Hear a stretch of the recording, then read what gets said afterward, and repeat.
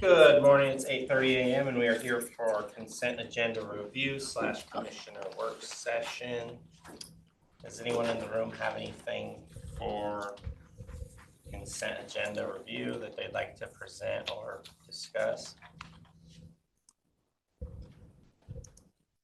All right, hearing none.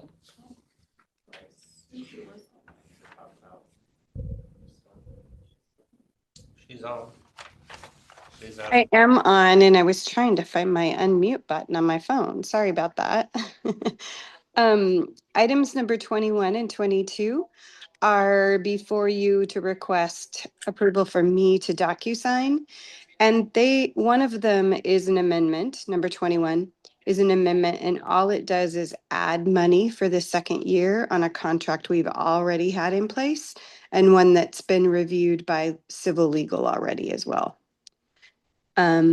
The number 22 is a new year for the same grant that we've had in the past. And it has, neither one of these have been reviewed by civil legal. They told me they'd be about a month out.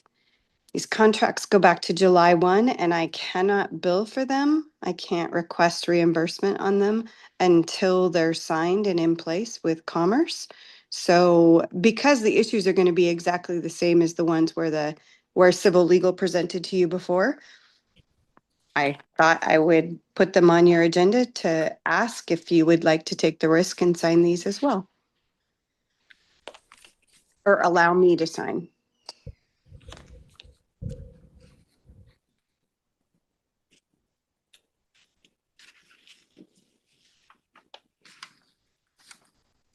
Any questions at all? Susie, this is Tom. On your renewed contract on item number 22, Yes. Has there been any change in the contract language since the last one, except other than the cost? The amount, just the things that would update it to a new year, right? Like services will be delivered during this period of time, but it is the same contract.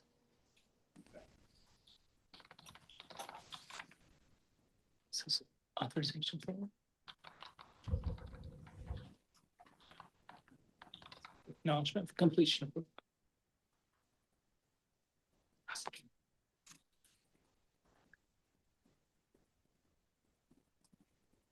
Any other questions? None for me, Susie. Thanks, Susie. You bet. Well, I have a question. So do I come back on at 2:00 to see if it's approved, or do you let me know now if it's approved? Well, we won't know if it's approved until 2:00 if we all sign it, but I don't personally have an issue with it. Okay, I have a meeting up at the hospital at 2:00, so I don't know if I need to cancel that so I could be part of the meeting today, or. I don't think you being part of the meeting will change anything. Okay, great. Thank you. Thanks, Susie.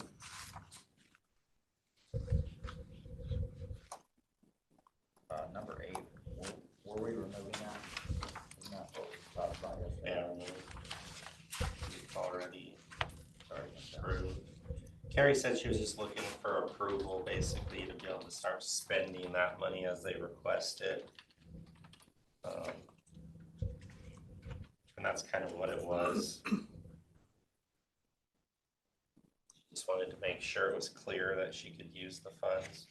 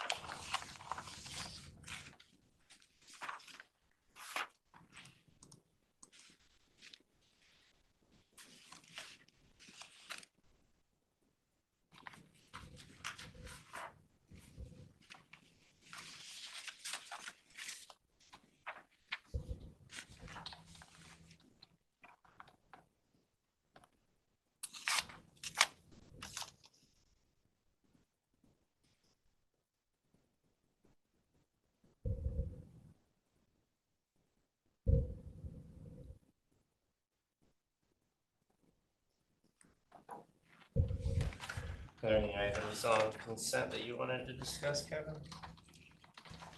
I didn't have anything that really jumped out and thought about everything yesterday. Yeah. Are there any walk-ons this week? I haven't heard any. I don't think so. None?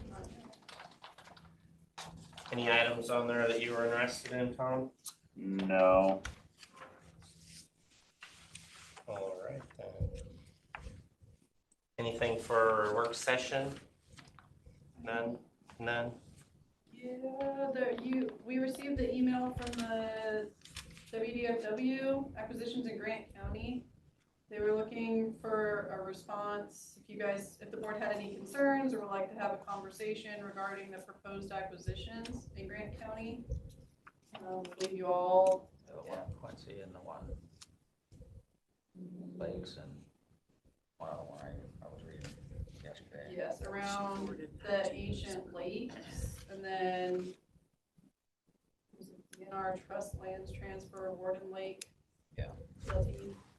Public Works had said that they had no objections to it. It was also forwarded to Development Services, the Assessor's Office, Treasurer's Office. As far as I'm aware, nobody has replied. But I know that they're looking for a response of some sort. So, Yeah, I looked at it, I'm good with it. Why we wouldn't do it. well, Say why we wouldn't do it, what do you mean? They're wanting to transfer those properties to us.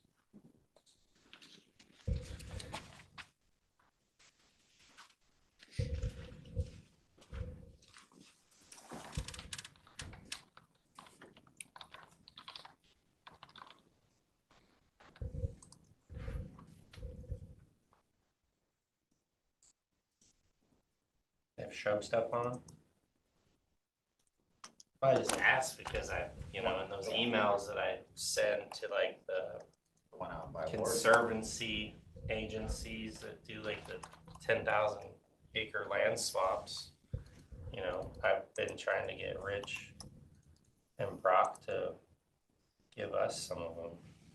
The one out at Warden Lake is, I would say, has some shrub stuff on it. the On the south ancient, side of the. the Ancient Lakes one, in there, it says that the lands are composed of shrub steppe habitat is ecologically important. Going out in Quincy, I'm not familiar with that area that much, so I don't know if it does or not. I would imagine it has some, I don't know how much. Warden Lake also, it says it has shrub steppe habitat, ecologically important.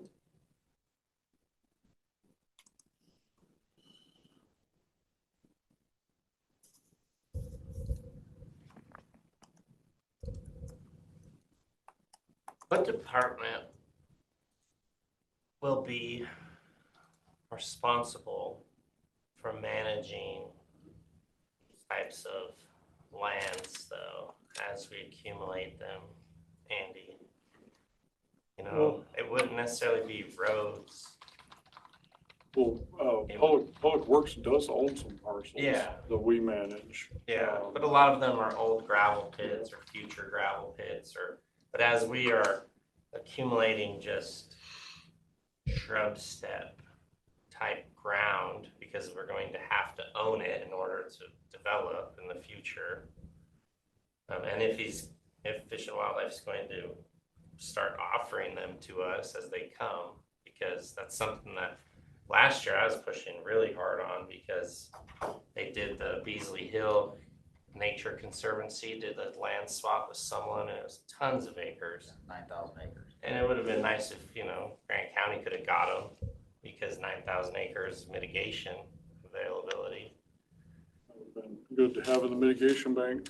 Yeah, I would suggest, since all of that typically comes through a land use action, that it's reside in the planning department somehow with Jim. yeah, we probably just need to figure out that. Which, with those, the one out by Warden Lake, it's on the south side of the lake. The only thing you have to worry about is there's no roads to get back there, so you wouldn't have an issue with people dumping their garbage back there, but. No, it's just gonna be if there's, I don't know, something growing on there or something happening. Well, and it would be good to have some kind of a list repository on our intranet so that Public Works and Planning knew what land was owned out there for those purposes, right? You know, as I went through shrub step mitigation for the jail, I had no idea that public lands had, you know, dozens of little half acre here, 1 acre there that were usable or unusable. And it would be nice to have a clear understanding of all those properties, even if it's just in a concise list where people can go and find it. And some of the ones that have no advantage to us, like the pit over in Moses Lake, just off of Stratford North, it's a pit site, and so there's nothing growing back. It's in a good location. We're trying to get that closed out so we can surplus it. But we need to go through the rest of the properties we already own and see what they look like now and if they have value as mitigation.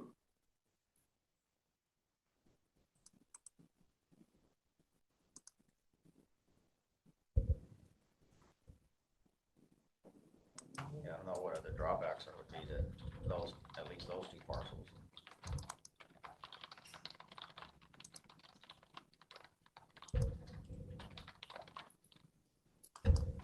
They had said that they'd be willing to, like, if you guys would like to have a meeting or briefing with them to discuss it, that's something that they're willing to do. Is that something the commissioners are interested in? Certainly wouldn't hurt.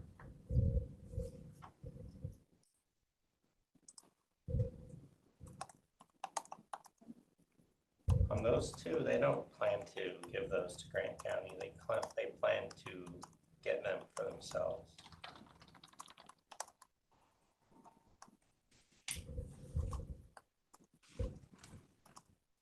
Acquisitions in Grant County we plan to pursue. See, that's what I don't really like, because they're looking for continuous habitat. So they had state, or they had federal land on one side, federal land on the other side, and they're trying to connect it, which is what they want, continuous habitats, which is then what they want from us. But then if they keep on pursuing it and controlling it all, then how do we ever get our own continuous habitat?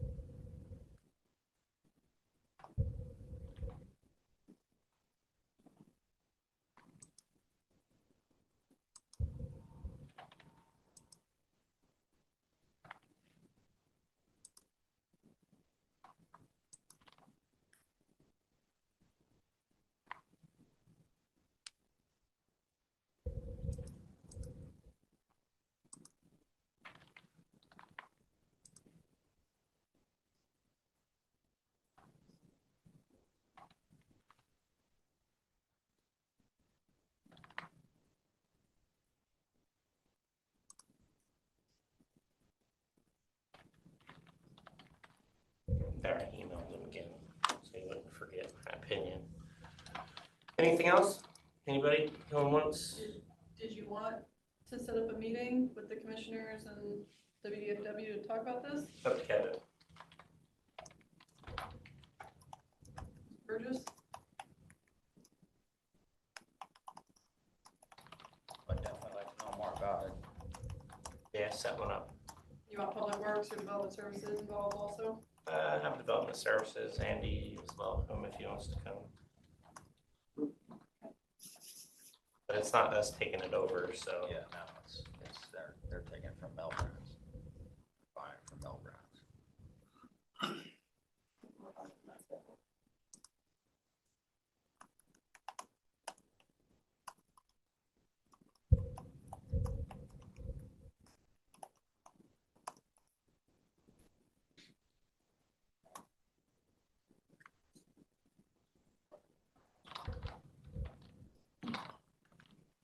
Anything else? Nothing? All right, we will adjourn until 9 a.m. and we are back with Public Works update. Good morning, it's 9 a.m. and we are here for a Public Works update.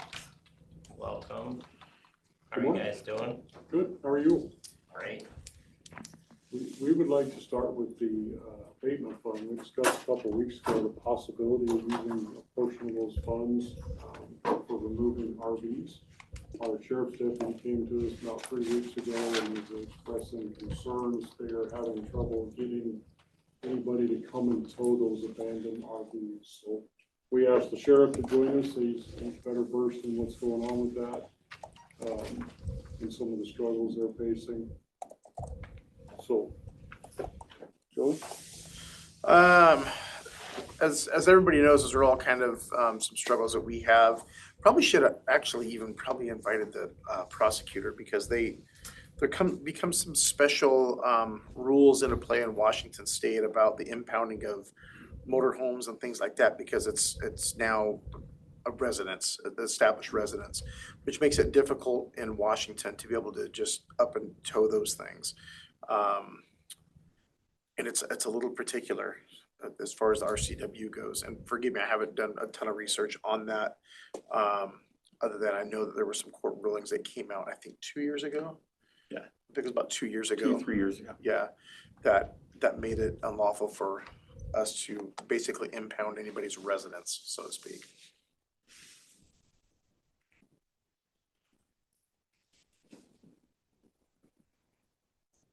So the ones that, Jared talked to us about, one out on Phoenix over in Moses Lake, so those are clearly abandoned or something, that's why you were able to try to get a tow company to.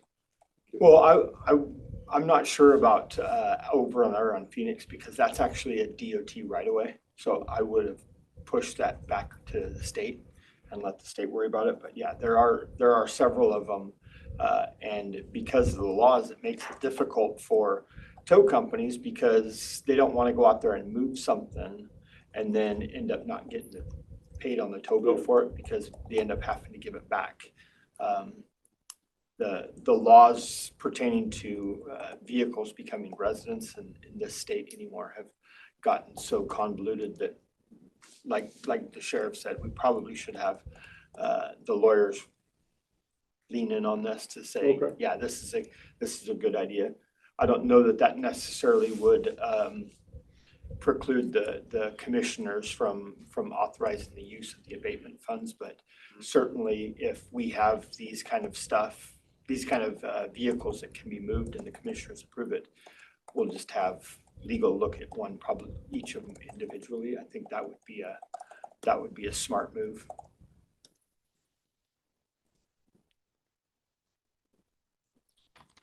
Some more to come on that.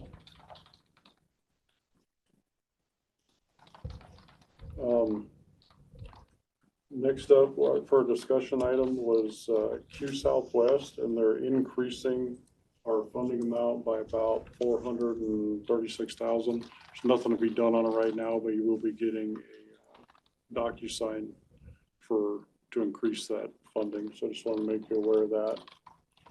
The West Shore update at 2181, that driveway that she emailed about, it's a property that has not been developed and it was missed. And our right-of-way consultant has spoken to her, I think yesterday, and Dave and the consultant are meeting with them today to get the actual location, and it'll get fixed when the contractor remobilizes. So they were correct, it got missed. So next up, we have the accomplishments. On the West Shore, they are meeting with the contractor again today at 10 o'clock. So work on West Shore should start again and yeah, very soon. They're meeting with them today to discuss the plans on the fixes. And so that should, they have a firm date, but there's light at the end of the tunnel anyway. Moving forward, that's all. Yeah, exactly. As far as accomplishments, litter crew is still out, making big dent on the roads there. Lots of tires, illegal dumps. Looks like they're in the Moses Lake area last week, Hiawatha, Harris Road, that area. Landfill, almost 3,000 tons received last week. Road crews are grading, rock raking in all areas, gravel replacement, doing some shoulder maintenance in Royal City and Mattawa, pavement patching and pre-leveling in District 1, and some standalone paving as well. Crack filling for next year's seal coat area, getting ready, trying to get ahead of that. Line striping is done by the contractor, so that's been completed. Some mowing and did a 20 north, the repair on 20 northeast, that semi, that trailer that came in half last week, so they repaired that. It's a reimbursable to the insurance, so that's about all that's going on. On our consent items, we had that letter of support to Moses Lake that we talked about last week.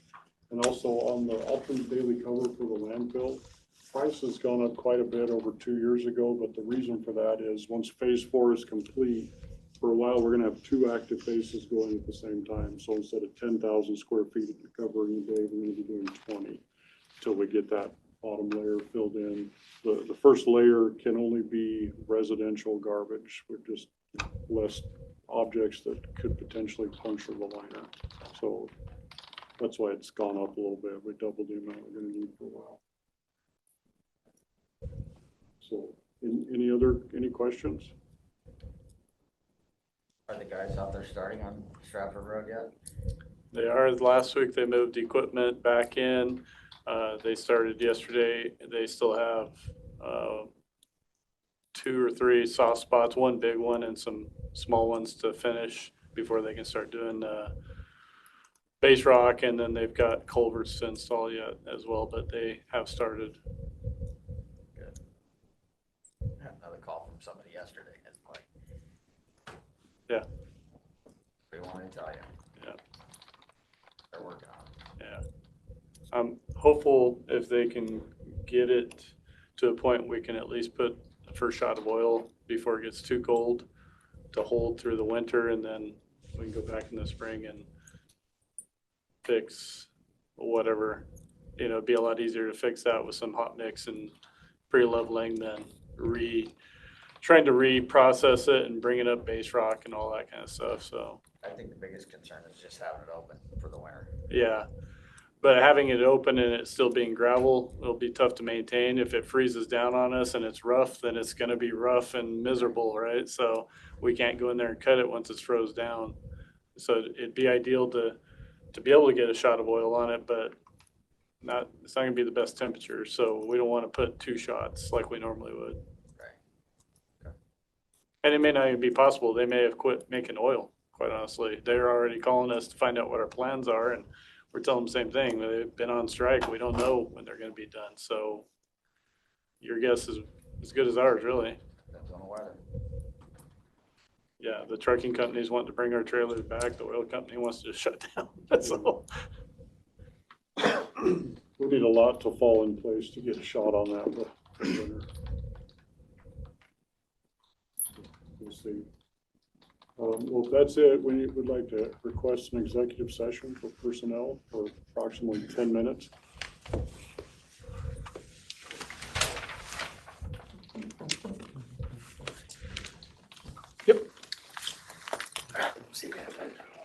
Thanks, gentlemen.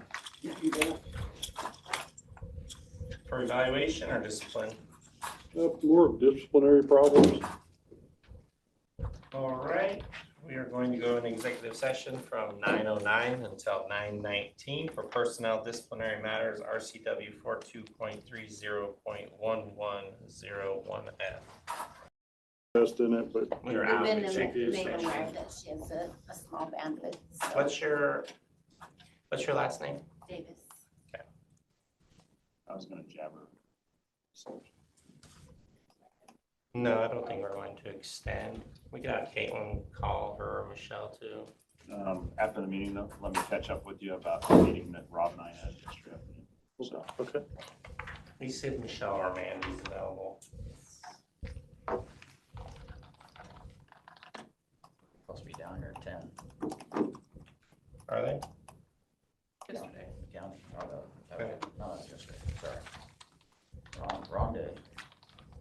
We don't want to do Monday over again. Thanks, but no thanks. I have a meeting with a vendor at 9:30, so I won't be here for sure. So Dave, I'll be back at 10 for HR.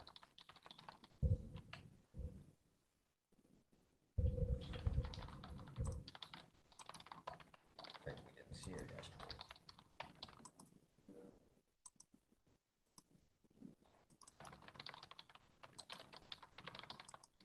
Unfortunately, in that position, this just falls under you, you know? It's my opinion. And they have a lot going on right now. I get it. Well, you know, We have to pay our bills. Yeah. if you can't do it, get out the kitchen, you know what I mean? So.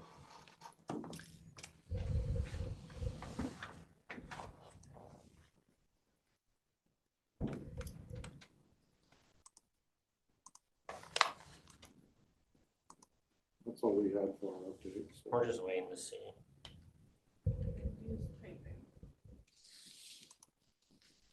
I thought she said she was gonna be in training all day today.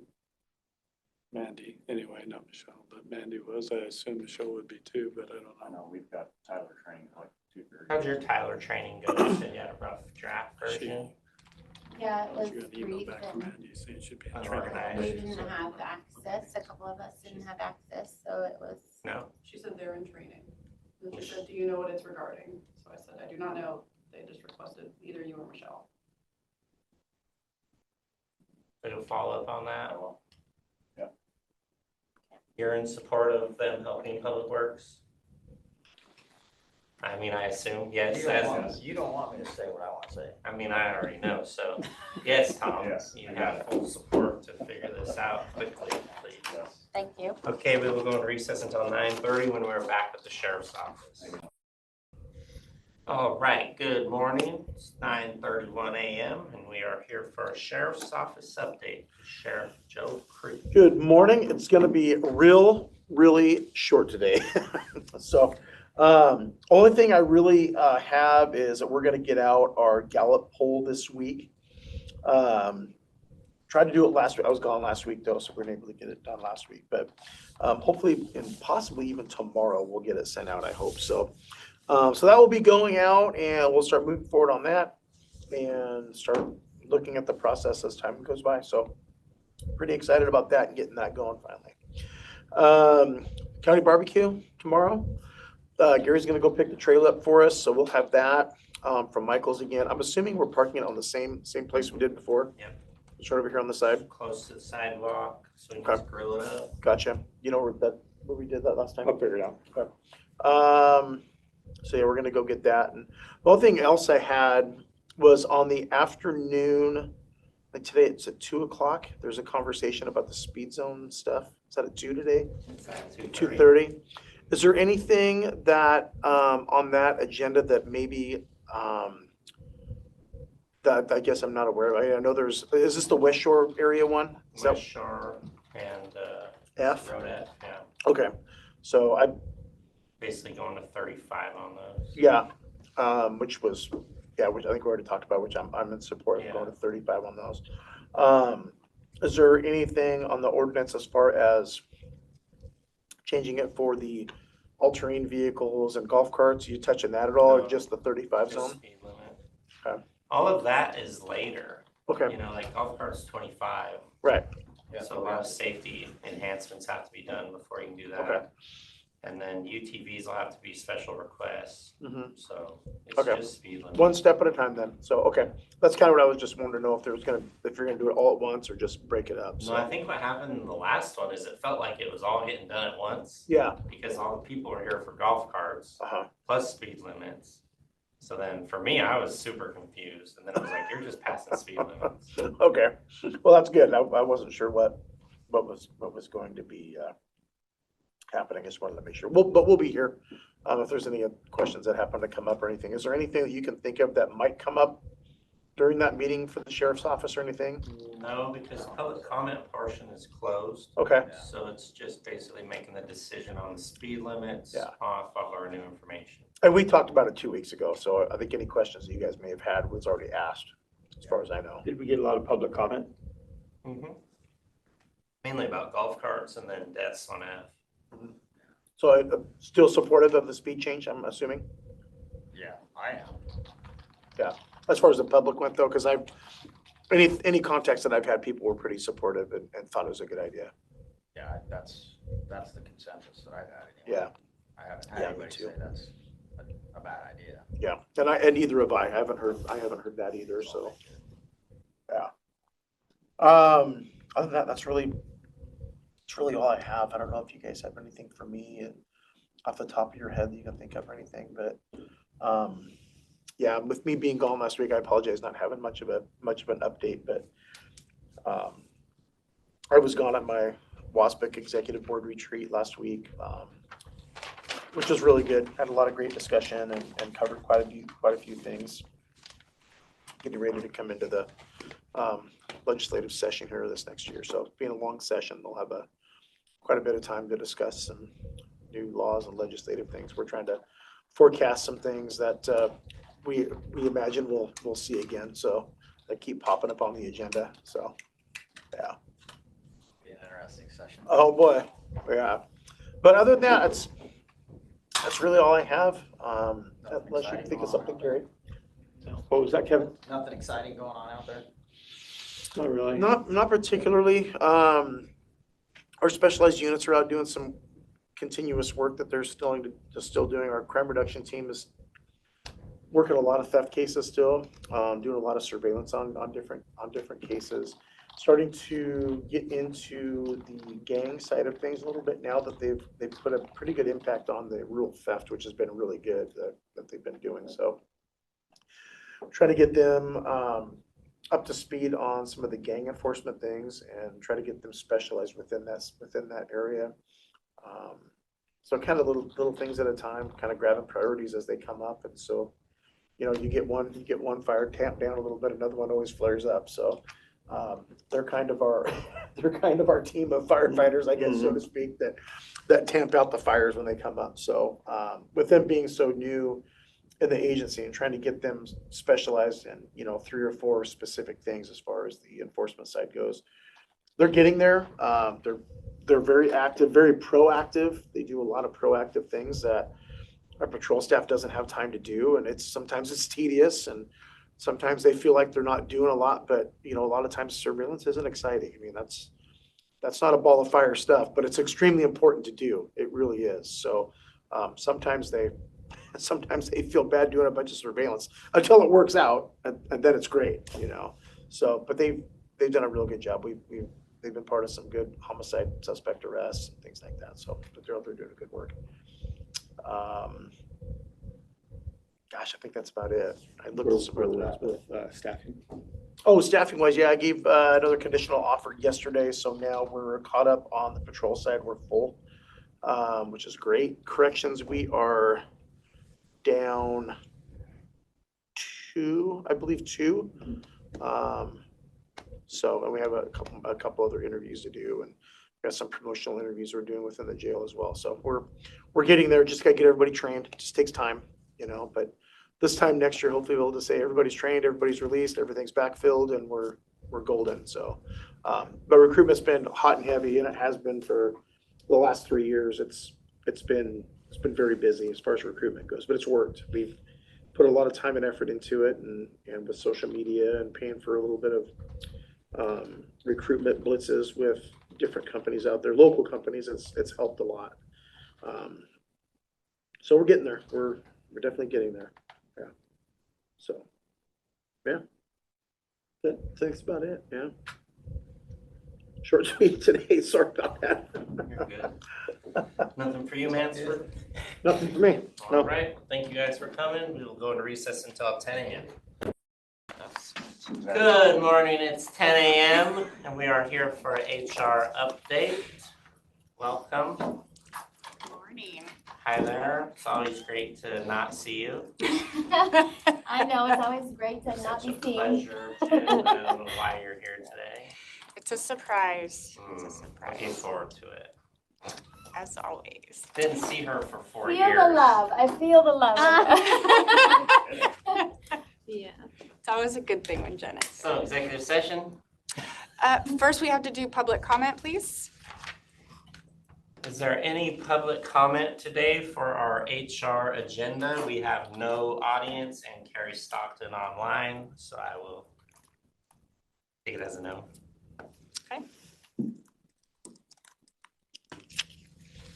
Nobody's excited about being here today. Cut off. I'm excited. Always excited. Okay, and yes, next topic I will need an executive session for.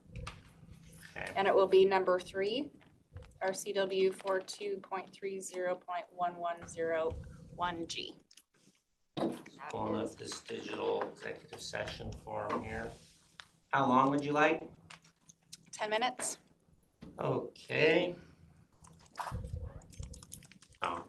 We'll be going into executive session for 10 minutes, 10:01 to 10:11 for RCW 42.30.1101G valuation. Very generous. It is 10:11. We are out of executive session. Do you want to extend?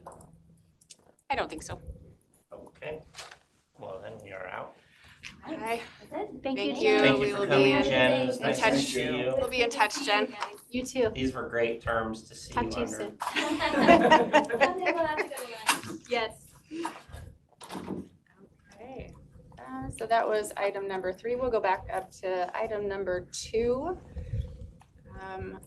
Labor relations. I need another executive session, please. Give me just one moment. Okay.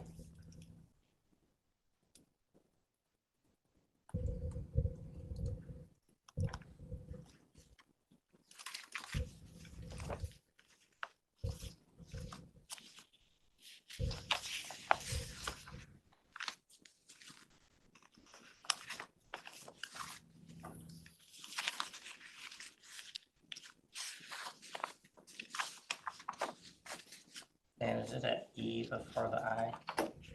I 40 said that received it. No, I'm just trying to put you into this form.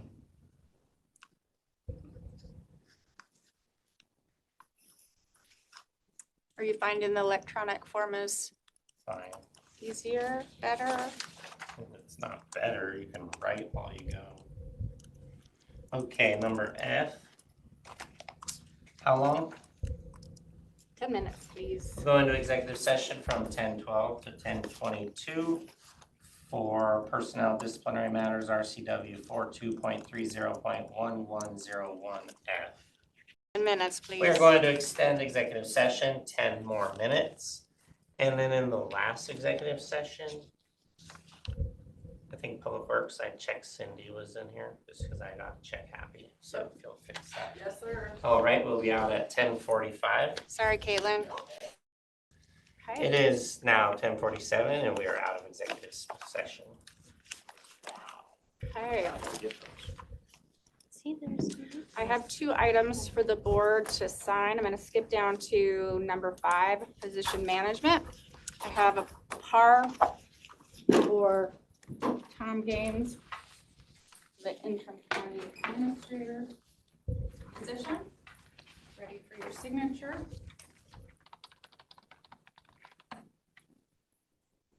And the second item I have for your initials is New Hope's org chart that the board approved the positions on, just to memorialize what the director there is doing, so we don't have random changes. Was I not here last week? You were not here last week. Should I bring it back next week Yeah, bring with it all 3? Okay. I mean, you're welcome to. You can initial your deal. I just wasn't here. I wasn't really there yet. It just All the stamped through. changes. Yeah. I You mean, were online. I acknowledge it. Yeah. But I don't. Okay, I will bring it back I don't. next week. Okay. Next item, I'm gonna go back up to personnel matters. Number 4, sorry, I'm jumping around. And I will need an executive session for that. How long? Probably Getting till our the, steps in. I know, probably till the end of, Okay, so we are going to go in this evaluation, this disciplinary. Okay. yes, sir. So we will go into executive session from 10:49 to 11 a.m. for personnel disciplinary matters, RCW 42.30.1101F. It is 11 o'clock. We are out of executive session. Oh. No decisions were made? Thank you. Do you have a need for me to bring them to healthcare update? Oh, yeah. Yeah. You're gonna sit right here. No. Oh, whoa. You need a quick break, or are we just gonna roll right in? You're good? I'm good? Invite 'em in, Caitlin. Thank you, HR. Thank you. As quiet as I could be. Hey, Dan, can I bother you to unplug that cord Come by your feet? blow up your Can I office bother with you to bombs. unplug that in a cord bit. by your feet? Hey. I'd like Kevin to Can come I with me bother though. you Yeah. to? I can't wait. Thank you. I do. No, you can let it unplug for now. Just for like 3 minutes. I got some concerns. Because, Gotta have the same ones. no, I have concerns for myself. Oh, well, those might be the same ones.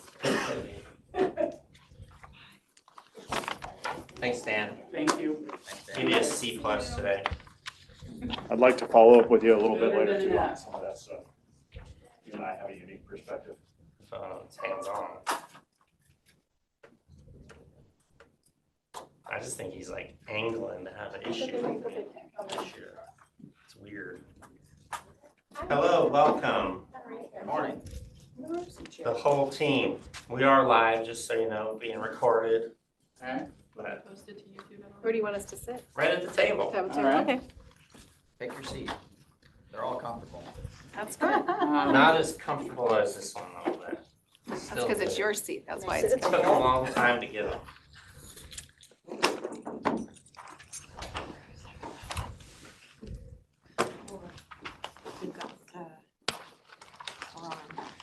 Camera. All right, since I only know like 1.5 of you, meaning I know one of you for sure, and I've seen one of you before. We'll just start off the meeting. It is 11:02 a.m. and we're here for a McKay Healthcare SIP project update. Yeah. I am Commissioner Rob Jones. Kevin Burgess. If you go around the room and introduce yourselves. start, Audrey. I'm Audra Gutierrez-Rosari, the administrator at McKay. My name is Cliff Sears. I'm the attorney and project manager for the project we're working on. We're going to talk to you about today. I'm Corinna Isaac. I'm the Executive Director of the Columbia Basin Foundation. I'm Barb Carlson, I'm president of the board of commissioners. I'm Kim Randolph-Meany. I'm the Vice President for the Board of Commissioners for McKay. Hi, Kim. Hey, Kevin, how are you? Good, good. Well, welcome. Glad to have you guys here. Thank you. Excited to see what you have to present. Sure. I've got, Caitlin's got a PowerPoint, but if I may approach and just hand it out. Of course. And then maybe we'll bypass a little bit of, Are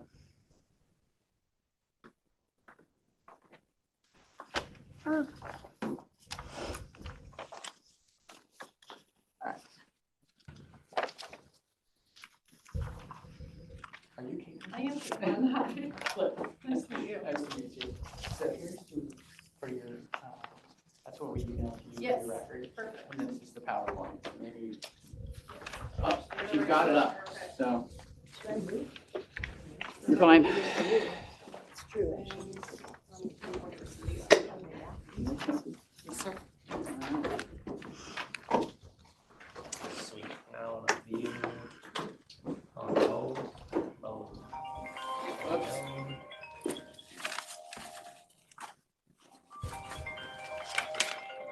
Turn this off. I'm not sure it's not Bradley. Dang it.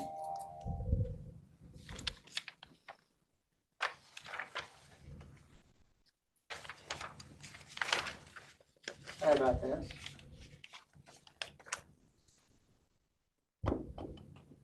All right.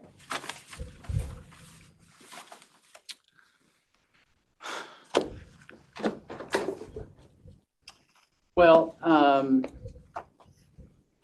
good morning, I guess still.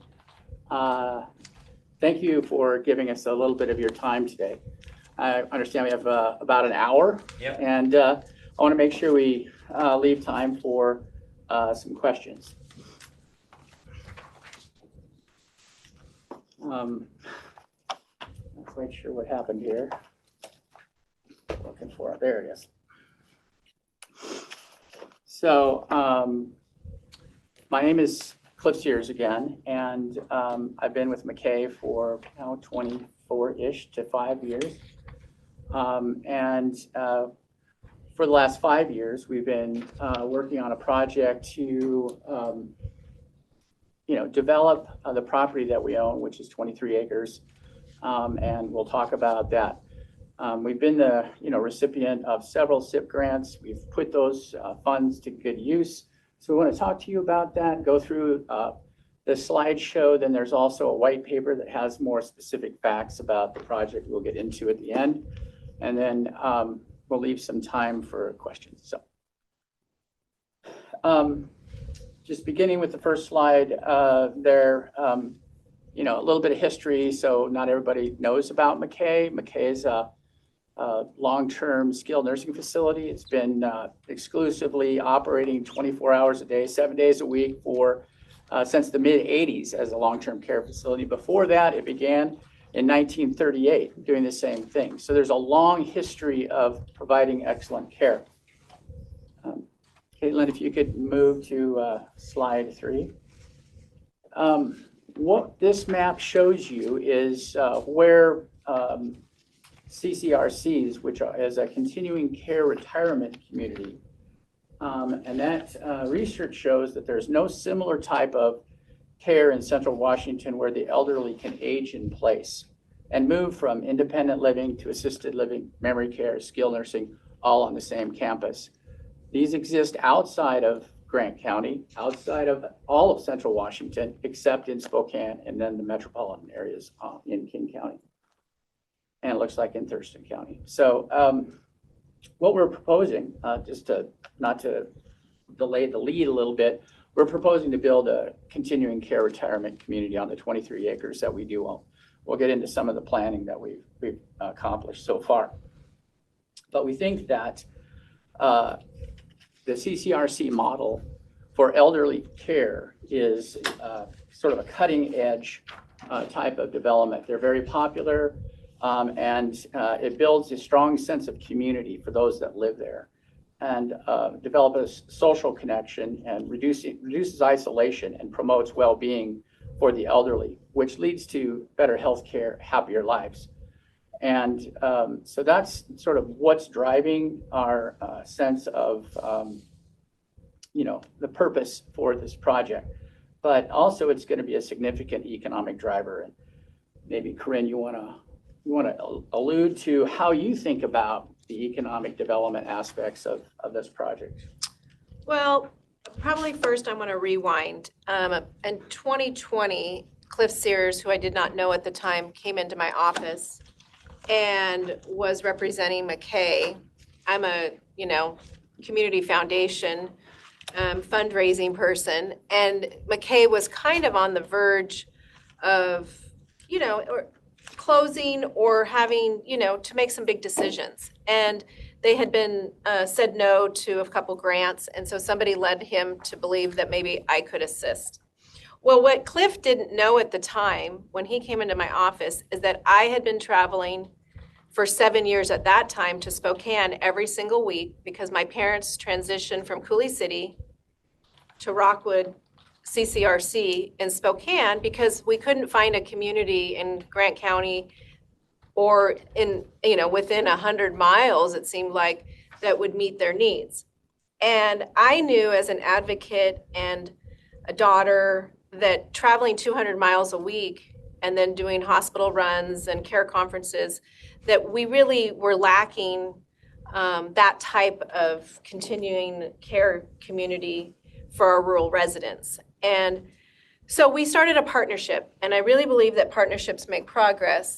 And so in these years, we've been raising funds, raising awareness, and trying to get the message out that we have the opportunity to really have an economic engine in the rural community of Soap Lake that would be a boost for our whole county, and we'd be on the cutting edge if we could create a CCRC. And I'm watching, especially in the northern end of the county, that people are leaving the communities that they've been living in. They're uprooted because they want to have a quality of life. They want to have some lifestyle when they're aging, but they can't remain in their homes. And I'll give you 3 examples. In Rockwood, my in-laws, 75 years old, generational farmer. They left Coulee City, moved to Spokane. They take all their resources, and now they're living in Spokane. They're eating there, they're playing there, all money. Kruger, DeLon Kruger in Moses Lake, he's also at Rockwood. Dennis Conley, another. They call themselves the Basin Boys. They're all up in Spokane living because they couldn't find a model.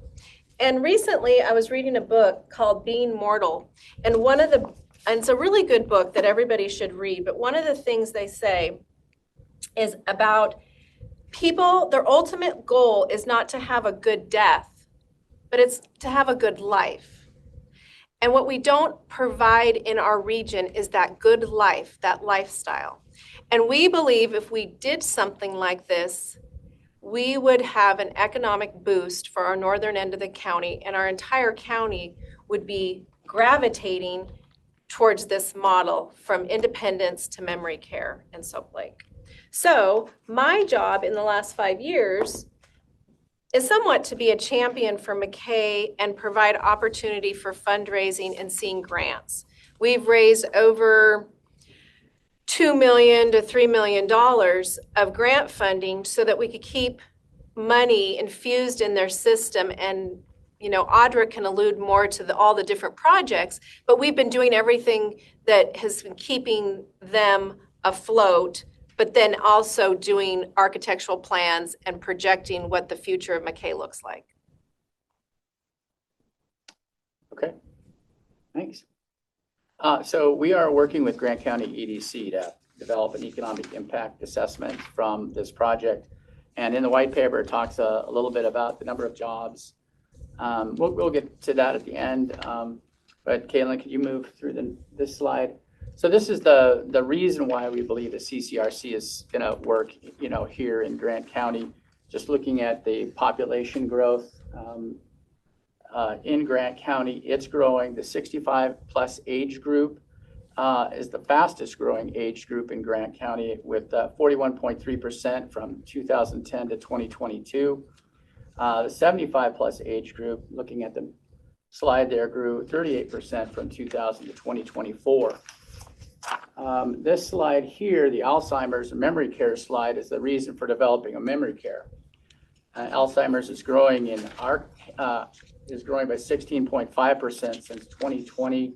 There's a total of 140,000 cases projected by this year. It's growing at 10.6% in Grant County, with the total population projected to be 1,500 people. And it's number 5 in the counties out of 39 in the state of Washington with Alzheimer's.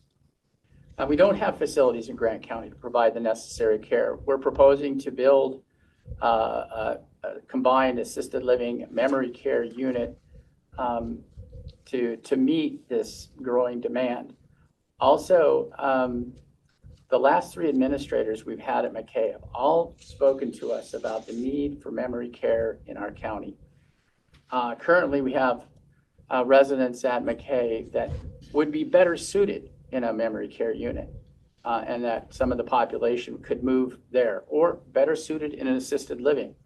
So we think that, you know, those combination of services can right size the population that we have and actually get better outcomes for the residents collectively. All right, Caitlin, move us through.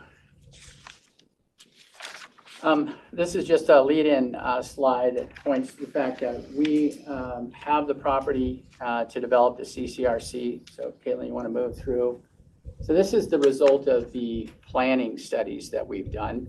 We've developed a master plan for the property that we own.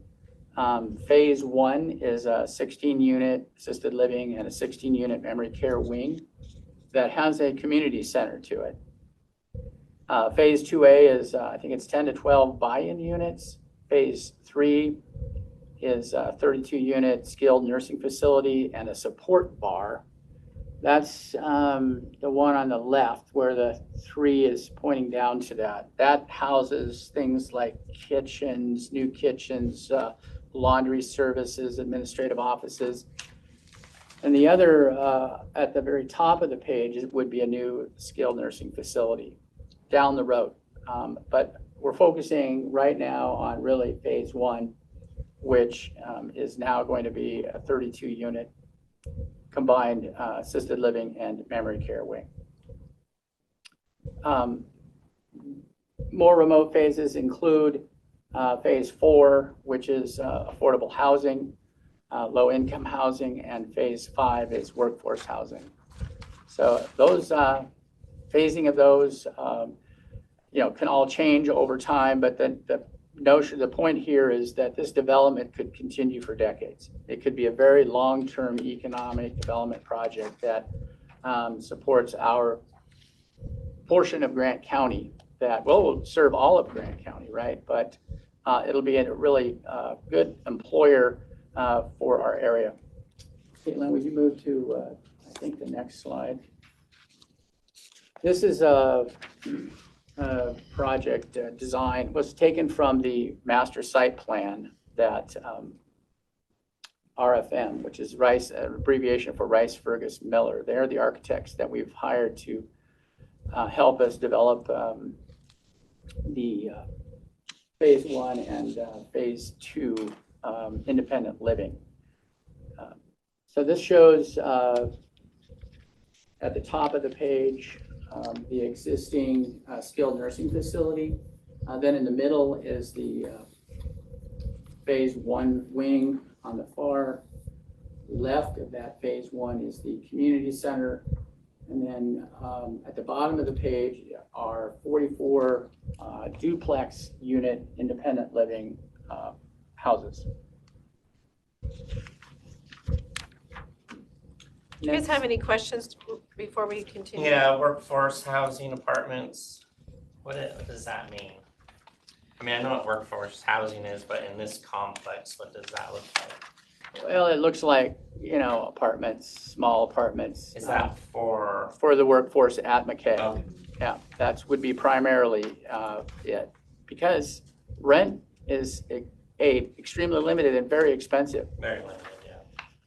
So, We have a very hard time keeping our people. They have to travel from Moses Lake or other areas. And in doing so, we have to keep moving our salaries up because Yeah, they've right. got transport costs and the cost of living things. So we think that would be a really big piece of keeping a quality workforce. I'm assuming all these are single level. yes. Yeah. What we're showing you right now, the independent living units are single level. The workforce housing and the independent housing or low affordable housing may be a multi-story, like 2 stories. Going to the next, this next slide shows you the floor plan or the layout, if you will, of phase 1. We are moving ahead with this project on the, I would say the right half of the page would be the memory care side. On the left half of the page is the assisted living side, and then the far left is the community center / clubhouse. We'll talk a little bit more about that. Connecting the phase 1 new building with the existing skilled nursing facility is a food service connection walkway, because we're not building that support building yet. So we're going to utilize, I think the most cost-effective way is for us to utilize the existing kitchen facilities at McCabe, but renovate and remodel, enlarge their capacity to handle the additional 32 residents and family members that will be there. Some of the pictures, I have bigger pictures here. I brought them in case you guys want to look at some of the site renderings. Here's the floor plan, but we've also got this one here if you want to take a look at when you get off, maybe when we get done, if you want to take a look at it. Because what we've proposed is something that's highly attractive, very, people are going to really enjoy, they're going to be attracted to live here. And I think as Corinne was explaining, they're going to be willing to stay here. They're not going to want to move away if the facilities exist. So we wanted to make it attractive so that it would meet a broad set of people with their different economic backgrounds and experiences. You want to move forward? Okay, the first step to this project, which we sort of define as the first step, we've completed a lot of steps already, but is the kitchen renovation, which is roughly, we estimate about $700,000 to do that. That's going to benefit the needs of the current facility, but also provide capacity to serve the new facility. Going to the next page, I think, Caitlin. This shows you sort of the before and after. This is like an old church kitchen that needs to be renovated. The staff are doing, a yeoman's job of keeping it going and, serving the residents we do have. But, it needs to be updated. And so that's what we're proposing. And the drawings on the right side of this page reflect sort of a sequence of I want to say modifications to each little area, because this is going to be a working kitchen as we go through this remodel. And at the end, bottom of the page would be a new cold storage freezer unit that would tie to the existing, and all of the other, the existing cold storage would be repurposed to dry storage and so on, and other rooms get repurposed and expanded. Okay. Last slide. This is our future phase 2, independent living. Shows sort of the 1-level duplex. There's basically 2 sizes. There's one about 1,500 square feet. There's going to be one about 1,200 square feet. And shows the landscaping plan in part. There's some arterial, driveways, but there's a park, open lawn area that is going to be part of this development. Dog walking area, yeah.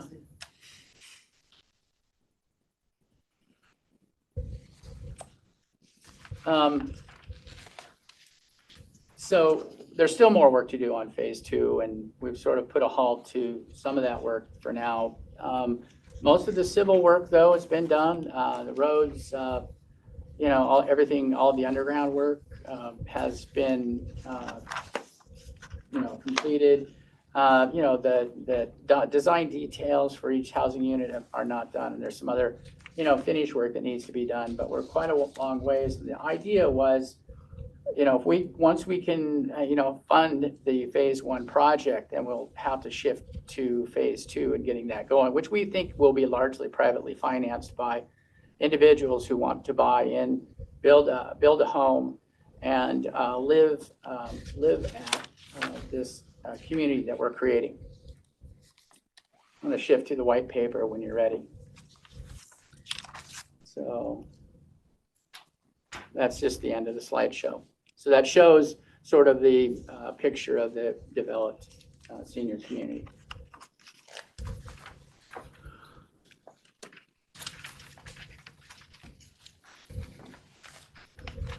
I want to go to like slide or paragraph number 5 in the white paper and talk a little bit about where we're at financially and what this looks like and where we're heading.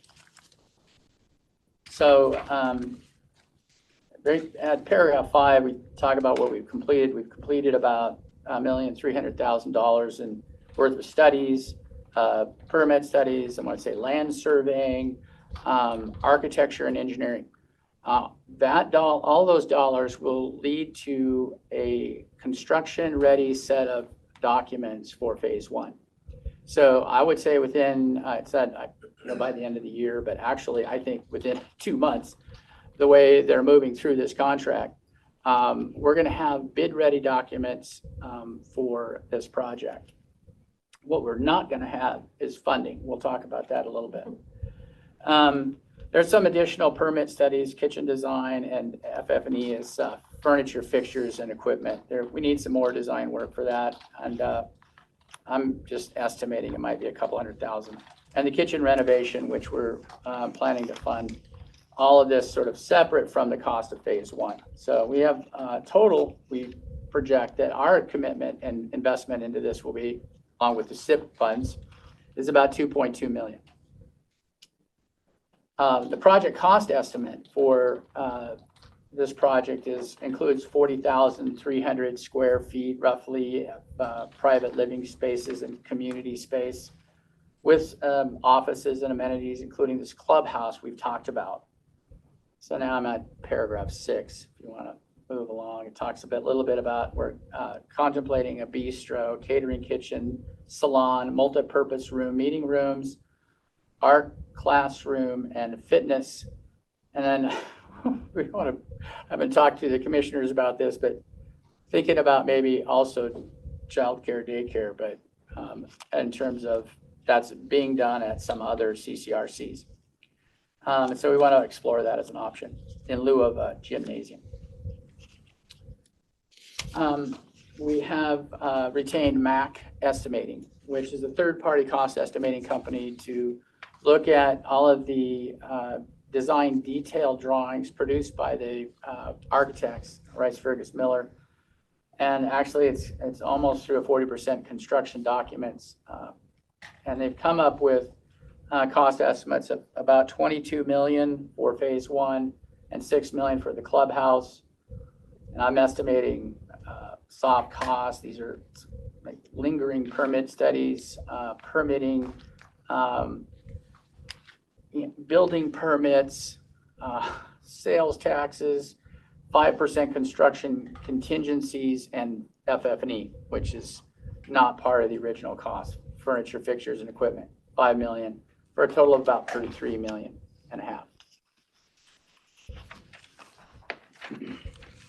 This project, going to paragraph 7, would impact the rural workforce development. That's one of our key economic drivers. I want to talk a little bit about that. Phase one adds, from our calculations, 28.7 FTEs, bringing the total of full-time equivalent workers, staff at McKay to 85. We are projecting annual payroll about $8 million. So that's a significant contribution to the local economy. The sales tax from this project alone is about 2.4 million. And then there's 160 construction jobs associated with this phase 1 project. So those, we've asked Grant County EDC to help us with evaluating the sort of downstream economic impacts when people are employed, then they spend money, at the local grocery store, they buy gas at the local, gas station, they pay for housing, they do like all of us. And that has a lot of ripple effect in the economy that we're asking them to capture. Phase 2, paragraph 8, independent living is a little bit more remote. We don't have all the details on that, but we're projecting like 6 new FTEs, 100 construction workers over a period of time. But the way that's going to be built out is based upon demand, and a lot of it will be privately financed. Nevertheless, there's people employed in building out homes and duplexes one after the other. And we hope that our plan would be to build 10 to 12 at a time as demand drives that need. The last paragraph 9 is where we're at. We're hoping to get some grant funding is going to be critical to our ability to finance this project. Cities of Soap Lake, Cooley City, Wilson Creek are moderate income level communities. They're relatively low, actually. And so while we're going to ask them to support the project, there's not a ton that they're going to be able to do in terms of voted debt. Because of the size of our hospital district, we have borrowing limits of non-voted debt of 21 million. And the total project cost is around 33. So, we're going to be looking at finding grant sources, and we're hoping that we could ask the county to get behind us in supporting this project. We'll need community support letters from the county, the cities. We have them from our neighboring school district and the city and several others. So we would like to, at some point, send you a letter that you could sign or modify that says, yeah, we're behind it. We think it's a great idea for the county. Any questions? You guys want to take a look at some drawings? I think we need more than one. What's that? There's a huge need for this. What's that? There's a huge need for this. I mean, yeah. Just this one alone is not going to be enough. No. In my opinion. No, it's not. As we see people age out, there's nowhere for them to go. No, and they're going to be leaving town is what's going to happen. They're going to go to Seattle and Spokane, and I think Corinne's already spoken to that. Look at her parents. Well, and I think that one of the things that, obviously we've talked to like the EDC and when we've been applying for SIP grants and a lot of different grants, a lot of people, they look at a senior living community, or even worse when you call it a facility or long-term care, skilled nursing. It's not very sexy, but it's essential. And so sometimes our grants have been passed by because there's something that is a little bit like higher up the food chain of what people think is kind of important, because maybe they haven't experienced having parents or a loved one. But what a CCRC allows is, and this is what happens all the time, one spouse is in memory care, the other spouse is independent.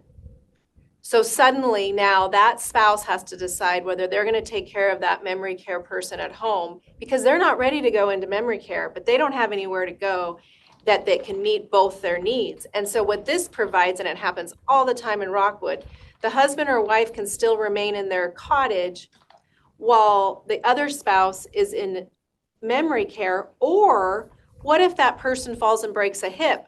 Then that person's doing their 100-day stay on the same campus. And until you're in that position where you're either the couple or taking care of parents, you don't understand what it's like to have people scattered. And if we were to do something this in the county, and the reason why we're coming today is because this can't be a quiet project that 10 people are sitting around tables in Soap Lake talking about and working on. We need this to have the county, the commissioners, our representatives, the state understanding the need for rural health care. And we can't get all the funding, but I know it's possible because in Elmira, Washington, we have a $33 million school that when our school burned down, somehow, some way, we came up with $33 million, and those students in a town of 200 in a rural setting are going to school in a state-of-the-art school. So my thinking is, why can't our rural seniors have a state-of-the-art CCRC? Because it's not only the people that have been rooted here, it's the people that are tourists here that decide at 55, you know what, we're done with Seattle. We're going to move over to Soap Lake or Coulee City or Blue Lake, and we're going to retire. Well, then mom and dad are 85, and they're sitting over in Seattle or Spokane or some other place, and they say, well, let's find a place for them closer to us. And then they move their parents with them because they go, oh my gosh, they have the most beautiful CCRC in Soap Lake. It's just this hidden gem. And then you get those people here too. And so that's why we're kind of like, at this point, it can't be Cliff and Corinne and Barb and Audra and Kim. It has to be at a higher level of funding to make it become a reality. To your point, we have spent some time thinking about the phasing of everything. And we recognize the need for the memory care, absolutely, and the assisted living. But eventually, what we expect is that we're going to convert this building to assisted living and have a whole different memory care because there is such a need for it.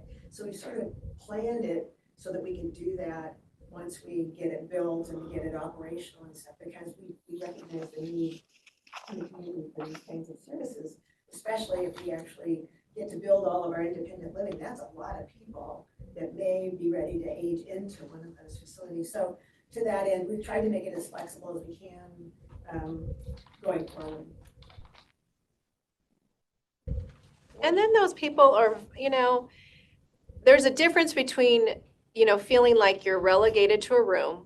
Your kids say, okay, mom and dad need to transition and they move, and you're relegated to a room versus thriving in a community. This model allows people to thrive in a community, and they get to end their lives on a good note. And, like when my parents moved, they had happy hour, they were going to parties. Like during COVID, I was sad because Fridays at 4 was happy hour, and there was no happy hour anymore for me to go up on Friday to go visit my parents because it became my community. All of their friends they made, all the people, we were all friends because we were in the same boat and we were helping each other because our parents were aging. And if I couldn't get there and my parents were going to Sacred Heart, one of the other friends that I met would go run up and check on my dad. And so it becomes this community of support that it's not isolated like Cliff said. People aren't isolated in their homes. And, I remember when my parents moved from Coulee City, somebody asked me, where did you put your parents? And I said, well, actually, my parents transitioned to an all-inclusive. And that's really what it is. It's an all-inclusive. It's wonderful, And I think Audra can say that right now, you're almost to capacity. And we've had a wait list. We've gone from 9 residents at the low of COVID to now being full and people doing tours and considering the next phase of their life. And we would love to offer something that would be aesthetically pleasing and inviting, and then build our community. Because you guys know, whenever you sit down on the northern end of the county and say, how are we going to have an economic boost? It's hard, And in Coulee City, you're not going to have something like this because you're too far from a pharmacy. You're too far from doctors, that kind of thing. It's actually perfect, because you're 5 minutes from a hospital, and 30 minutes from a regional, now beautiful state-of-the-art hospital. So we have obviously, a big vision, but you guys with SIP money have allowed us to be able to get it to become reality with the grant we received to do all the architectural plans and all of the master plan, because it's hard to get people behind something without a visual, so. How do you feel staffing's gonna go as far as nurses? Probably traveling and all that. McKay right now is fully staffed, and so our agency costs and travelers have gone down. I really do think that we could home grow a bunch of HCAs, especially with partnering with the high school and some of those graduating seniors. I think we can sort of pull those in, and our wage scales are nice enough that we're attracting nurses. So I think we would be good. And also, I mean, who wouldn't want to work in someplace like this? Yeah. I mean, it's nice. It's not your, you know, it's not your 1936 facility. Right. So- And, you know, it would be nice to keep our memory care in one place. That's our biggest barrier right now is we're limited on our resources in handling a lot of memory care patients because they are a handful. They're a lot of times they elope or, you know, just very behavioral. And the closest place really is Moses Lake to send them. And some of them aren't appropriate for that. So it would just be nice for our families and our community to be able to keep them all together and transition together. So. I think it's great. To Corinne's point too, my mom moved away to join us on the other side of the mountains when we lived over there. And she came back to McKay when the time came for her. So she came back. I know there's been people that have lived in Soap Lake that have brought their parents in as well. So I think there is plenty of residents ready for something like this if we can get it built.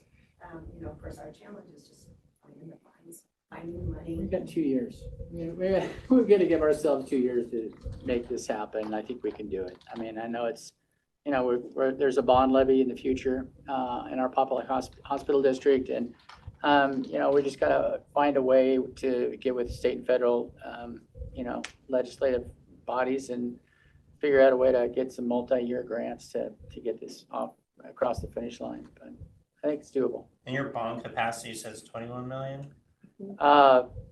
Yeah, voted, non-voted debts, 21 million. And is that all available? Yes, we have no debt right now. Well, and the other thing that was, you know, unique for McKay when RFM came on board is to have 23 acres. It was like kids in a candy store. They were so excited to create a campus because not everyone has that type of land that they're already operating and have access to, and then have it situated in a quiet, you know, little community where you can get to the post office, you can drive down and get a cup of coffee, you can get into town 5 minutes without traffic to get to Walmart. You know, it's just kind of like they're like, this is nestled right in the middle of this county, and it can be accessible, and it has a beautiful aesthetic. You know, we drive by Soap Lake and are in this community all the time, and we don't really necessarily always appreciate how beautiful it is. But when they're coming from Bremerton and coming over and seeing how much sunshine we have and how much opportunity we have for people to come, they were just excited. And I mean, you know it for being in real estate. People are coming and retiring here because of the weather and the economy and the opportunity. I mean, housing has gone up, but still it's affordable and it's enjoyable. It's a slower pace. So, but we have to elevate our fundraising and open up some doors, because I've tried and gotten everything I can tap into on a local level.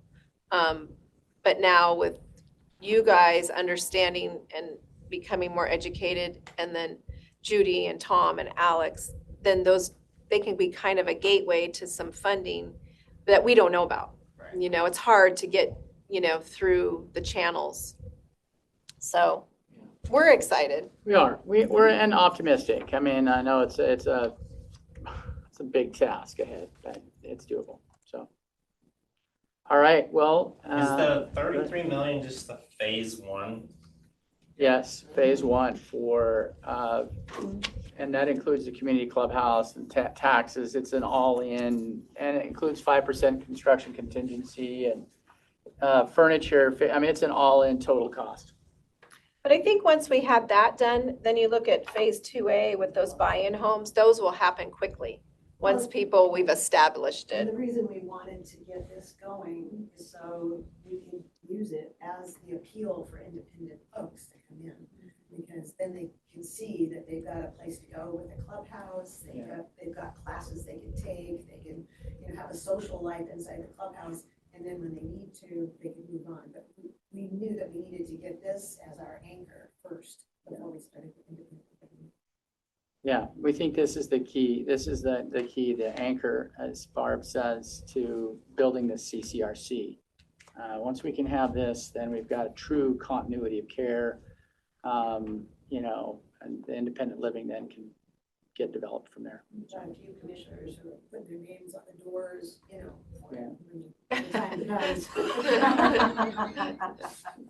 Be clear, McKay commissioners. Got my room reserved, man. Yeah, it will be great. So anyway, we'll, if you don't mind, we can send Kayla in the draft letter for you guys to take a look at that says, yeah, we're behind it. Maybe ask the county commissioners to, as a group, to sign, and then we could share that with other agencies, because they're going to want to know, hey, has this project got the support of your local county, your local city, or and that's what level we're at right now. We're sort of building that support so that we can then springboard to the state and federal agencies, because they're not going to want to get behind something that people aren't behind. Sure. So I think we just need to check that box, and we're hoping that you guys will get behind it. Well, I think should have started this about 4 or 5 years ago. We did start 4 or 5 years ago. We just weren't quite sure how Yeah. to get it off the ground. Yeah. And then thanks to the SIP grants, it actually did kickstart this whole thing. And then the fundraising that we've been able to accomplish with Corinne has kept the other building going and supplying what it needs. So we've been fortunate to have a lot of energy. Yeah, no, I remember that Kay was in a little trouble there for a while. That must have been before you came on. Right, in 2020, that was kind of that was COVID Watershed and moment. before that. And then all of the funding, if you look back in the records of the SIP, when we first started, McKay started applying, they were trying to get things up to speed with the emergency generator and just getting, some of these projects that, deferred maintenance type of things up to speed. So then you're getting that done. And then we were working on things like one year we got TVs for all the residents. That's a big deal. Everybody, that's kind of an outlet for them if you're, in a long-term care. We've done kitchen things. We've got new laundry equipment.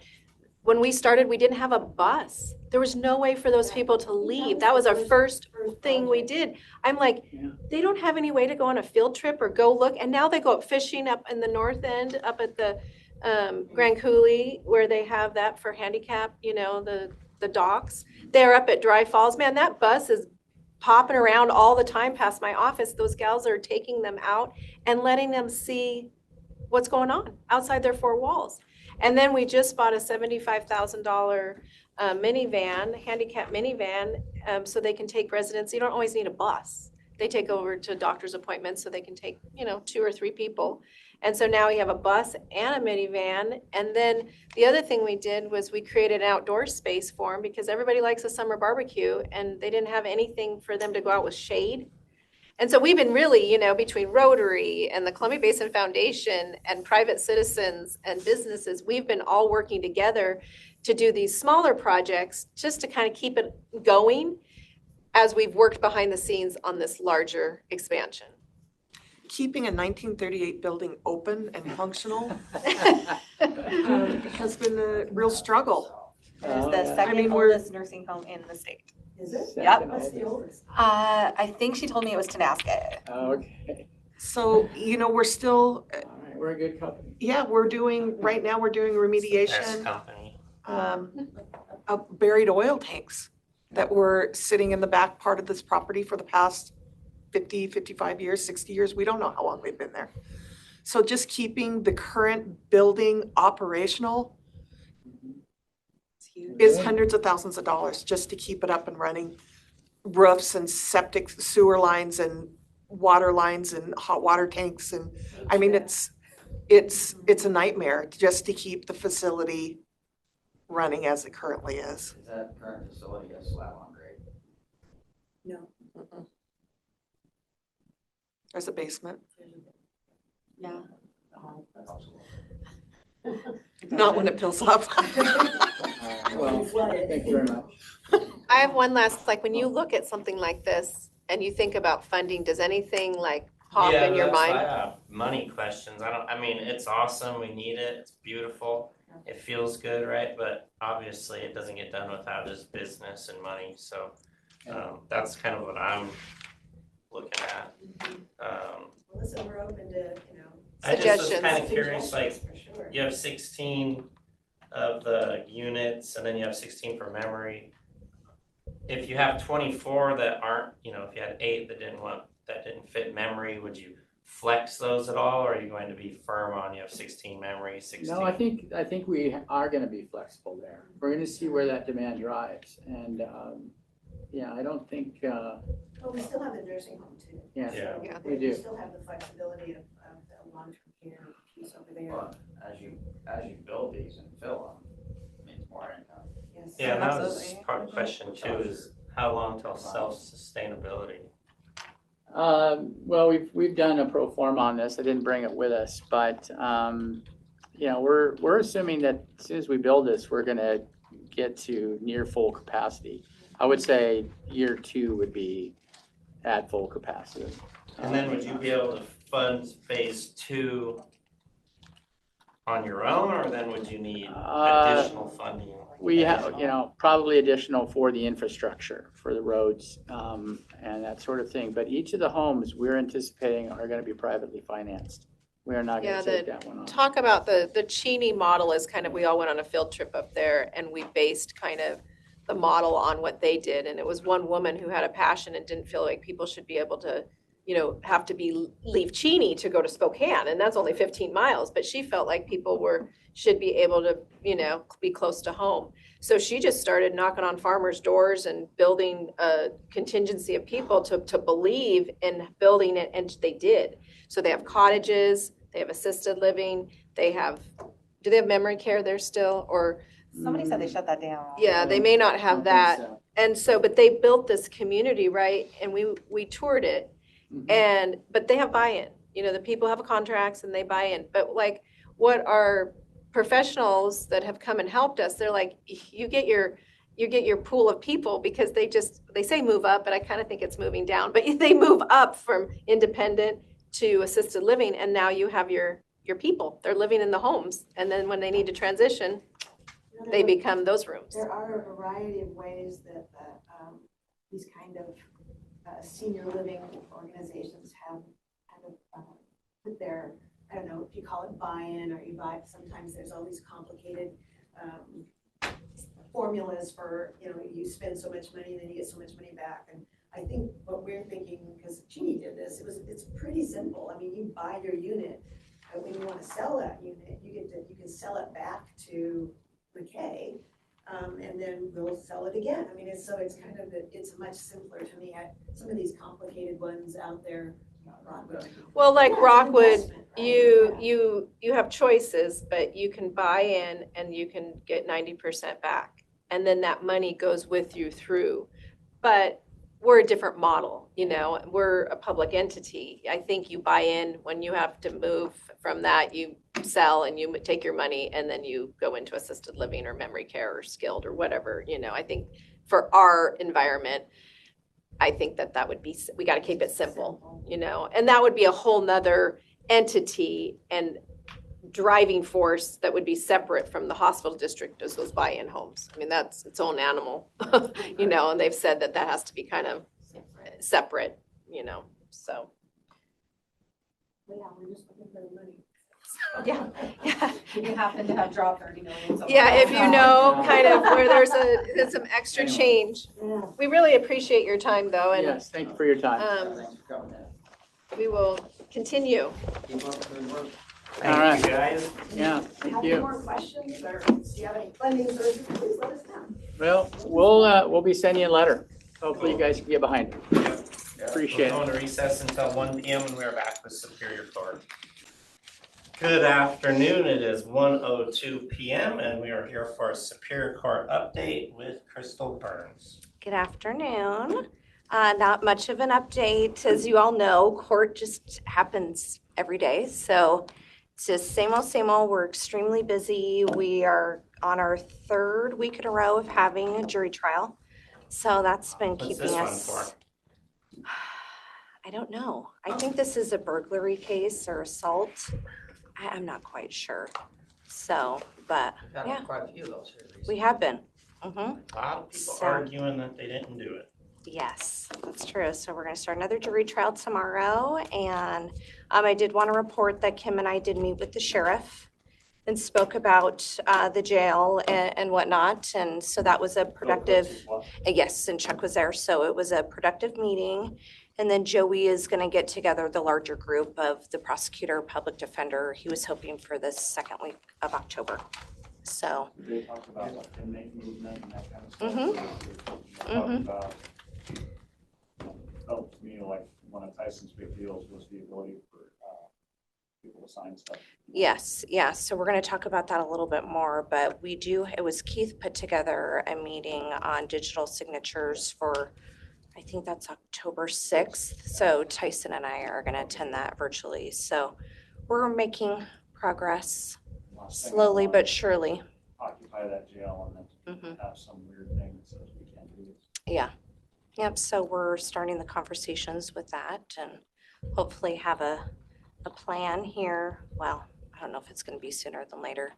It's going to be kind of one of those things like we talked with the sheriff of, a lot of it might be just, we'll have a plan, but then we get into it and kind of see how it goes and what we need to change and do better.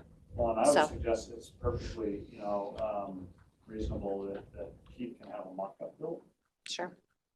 I'll play inmate at a remote building, Mm-hmm. and we can, try and sign, so try and work out some of those bugs. We can even find 15. Mm-hmm. Yeah, definitely. Mm-hmm. Mm-hmm. Yeah. Yeah, Chuck did offer to take me up there and do a tour, which I would really like to go do. So I need to get a hold of him. And I know that at least a couple of the judges want to go with me. So to actually see it in person I've been asking will be Tyson nice. to call me, he just doesn't. Mm-hmm. We are busy, Tom. So much. So. You might have to offer drinks after hours. Yes. Well, yeah. Tyson wouldn't partake in that, but I would. I didn't say what kind of drink. Well, that is true. You did not. Yeah. So that's really the only update I have for now. You guys have any questions for me? Are you aware of anything happening up in Okanagan? No.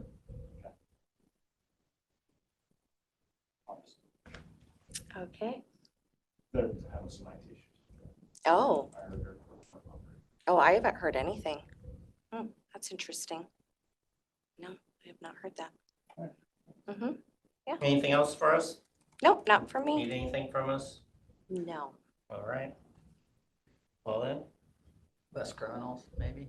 Well, yes. Keeps her employed. It's good job security, yes. All right. You don't have to worry about that. No, I don't. We'll go into recess until 1:15 when we are back with district court. Good afternoon. It is 1:15 p.m. and we are going to wait for district court. We will stand at recess until district court arrives in the room, and then we will be back online.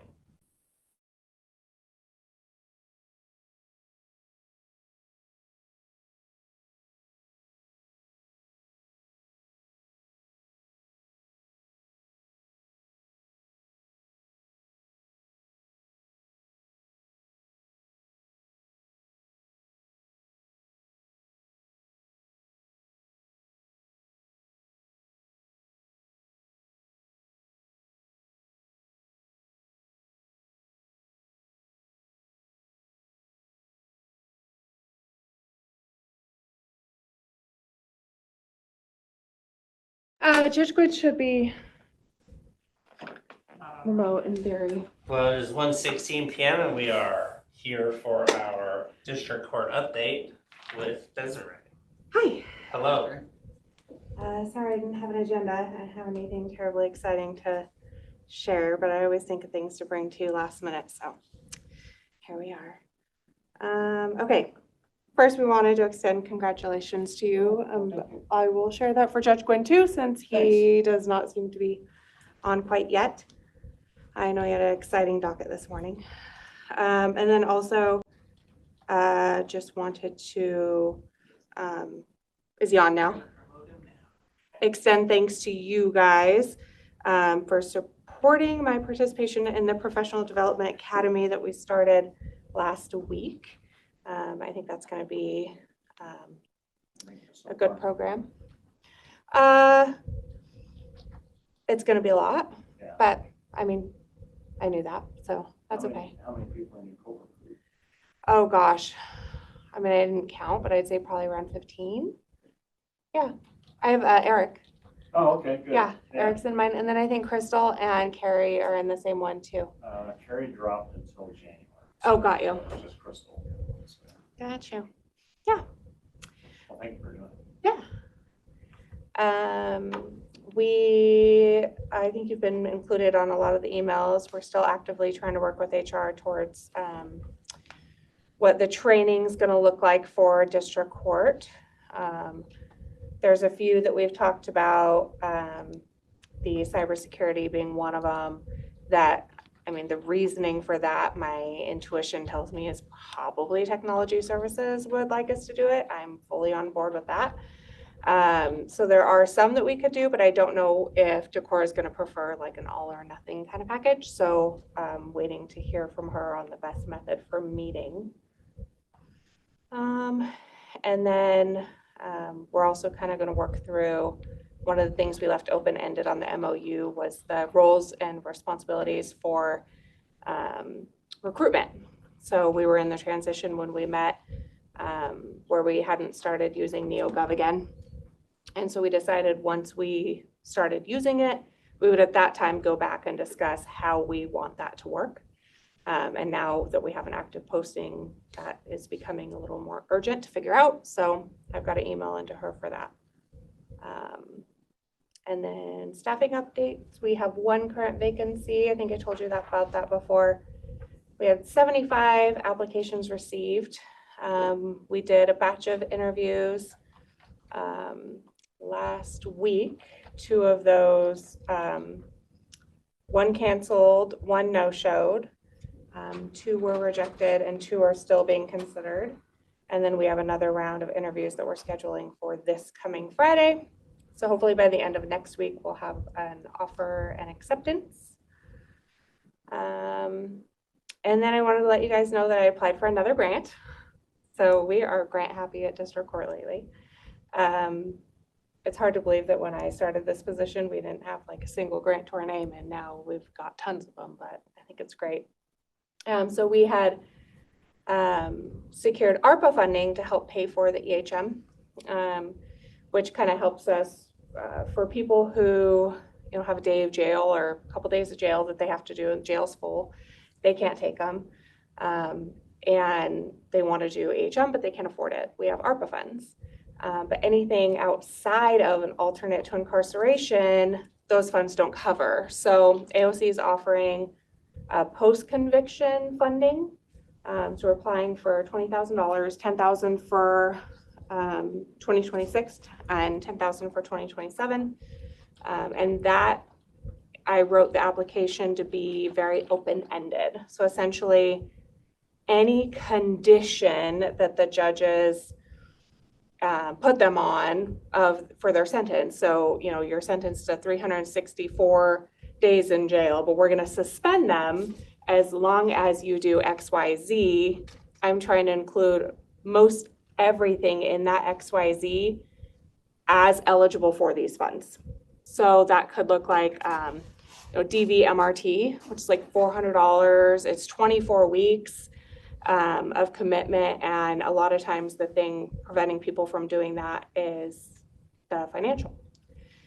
And there's ways around it. We can, the parties can agree not to order it, but realistically, those classes are valuable for people. What they learn in a lot of these classes that the judges are ordering and that the parties are requesting is valuable for the participants and for their continued involvement in the community, right? We want them to learn. We want the recidivism rate to be lowered. And oftentimes it's a matter of, I can't pay the $35 for the victim's impact panel, so I guess you're just gonna have to send me to jail for a day. And that doesn't help anybody. It doesn't help them keep their jobs. It doesn't help the community as a whole. So we're gonna try to see if we can't mitigate some of that with additional funding. I don't know what our sustainability plan is after, but if we can prove that we have a better compliance rate, then maybe that's something that we can look at working into future budgets. Just because that is definitely the way that the state is going. Anything that the court is ordering, do we have some sort of obligation to make sure that they can actually comply with those things? Is it really fair that the people who are lower income and can't afford the $150 class have to sit time out in jail and aren't actually learning anything from their experience through the courts? Judge Gwynn, anything to add? I'm just going to piggyback on that today. In Moses Lake's court, moral recognition therapy was reviewed probably in 10 to 12 different people's cases, and no one can afford it. Keeps getting ordered by the prosecutor, can't pay for it. They don't have the money. It's the most expensive program there is. Historically, anything involving domestic violence has the highest expense in terms of programs. So that was really kind of a push. Why I asked Desiree to look into this, and I thought it would be essential, because really the only really other avenue is a motion filed by the prosecutor to impose suspended jail time. So I'd rather see if we can get these classes done, which is designed to benefit the individual and avoid them having to go into custody, where no one wins if that happens in terms of cost. So especially when no one ever wanted them to go to jail in the first place. So but anyway, it was a good day for an example of this, because it was huge at Moses Lake today how many people have not done this class. So Who puts on the class? So we don't recommend any one provider, so they can go to anywhere. Advent does a lot of online classes. DV, MRT, there is one place they can do online. A lot of other courts, their probation departments do it. We did briefly talk about training our probation staff, but to be honest, they can't take on more work. They are maxed out as it is. So in the future, it's definitely something I think that would be worth looking into if staffing allowed for it. Then we could just keep it internal. My community court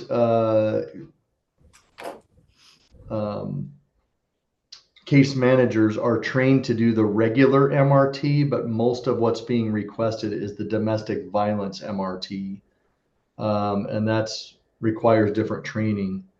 If we can get the prosecutor to quit recommending that part, we might have some ability to take care of it. But I don't know then if it's as meaningful, but it's something we're keeping an eye on, and just think it's good to have at least the ability to have options, because more and more we're getting people that just say can't pay for it. How? So then we're stuck with either throw them in jail or find a way to finance it. I don't know how else to do it. So anyway, so I don't have anything else. I'm looking forward to the barbecue. It's my favorite thing. So Don't forget your apron. I won't. Any issues with security guards? No, I don't think so. Not since the last one. So that's good. I know we had a security incident of some kind in Most Lake today. I don't have all the details on it, but I know we had some sort of contact with law enforcement, so I'll get more info on that later. So It was fun. It was good times. on the other justice grant, the single point of entry. Yes. So since you're both here, I received an email from the NEPA folks, which I've responded to. I think you remember that, right? I think we've sent them the NEPA intake form multiple times. Have been asked again, was asked for a detailed budget, which I sent them, to which then Gisela, I can never pronounce her name correctly. Yeah, I don't know either. Said, they don't need your budget, why'd you send it? So at this point, I don't even know who's supposed to approve it. I thought it was you, but it's still not approved. So they had sent me an email and they CC'd her on it. And it was about my budget. And she told them in the email, it's approved, go forward. But she hasn't changed that GAM in the justice grant, so nothing is moving forward. And it's still that way. And in the meantime, NEPA sent me a new form and it's this whole historic building checklist. It's like, what part of this are you not understanding? And so I've got this 3 or 4 page checklist to fill out now. So, but I don't really know what, I'm gonna fill it out. Right. But it's been really weird. It's definitely been the most difficult grant in my time dealing with it that I've ever dealt with, but I've mostly dealt with state, and that's generally pretty straightforward. My only It's concern, more really, complicated. my concern with this grant, and this might sound funny, and I don't mean it to, but with the current status of the way the Trump administration is looking at sanctuary states, I worry about getting the funding or spending the money, and then that funding not being available because of the sanctuary state status, and then the Trump administration saying, you guys can't have the money. I mean, that hasn't been said. I don't think it will happen. Yeah, I don't know, but it's a I could see concern. it being in like King County, you might try to pull that, but. Yeah. Yeah. I would think this county's enough of a red county. It is, but he's talking about states in general, so, I mean, I'm continuing forward. It's just a concern, hopefully. Yeah, we wouldn't want to spend all that money and then have But- the funding pulled. At the rate this grant's going, we're gonna have a different president, so, anyway.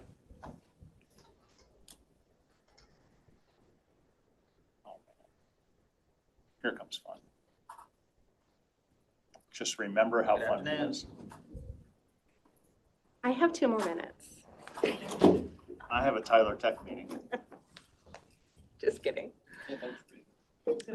Thank you, everybody. Thank you, Your Honor. Oh, hey, Brian. All right, we will take a quick recess until 1:30. You. Good afternoon, it is 1:31 PM and we're here for a prosecuting attorney's office update with prosecuting attorney Brandon Kearns. Thank you for the time. Just want to make sure that we need to get to my list here, that the contracts list was sent out to everybody, I hope. No? Yes. Yes, it was. I did have a meeting with our civil group about those. They did work very hard to get a number of them pushed out the last couple week and a half, almost to the detriment of some, or I will say to the detriment of some criminal appeals that we have going on. So now they're trying to play catch up with that.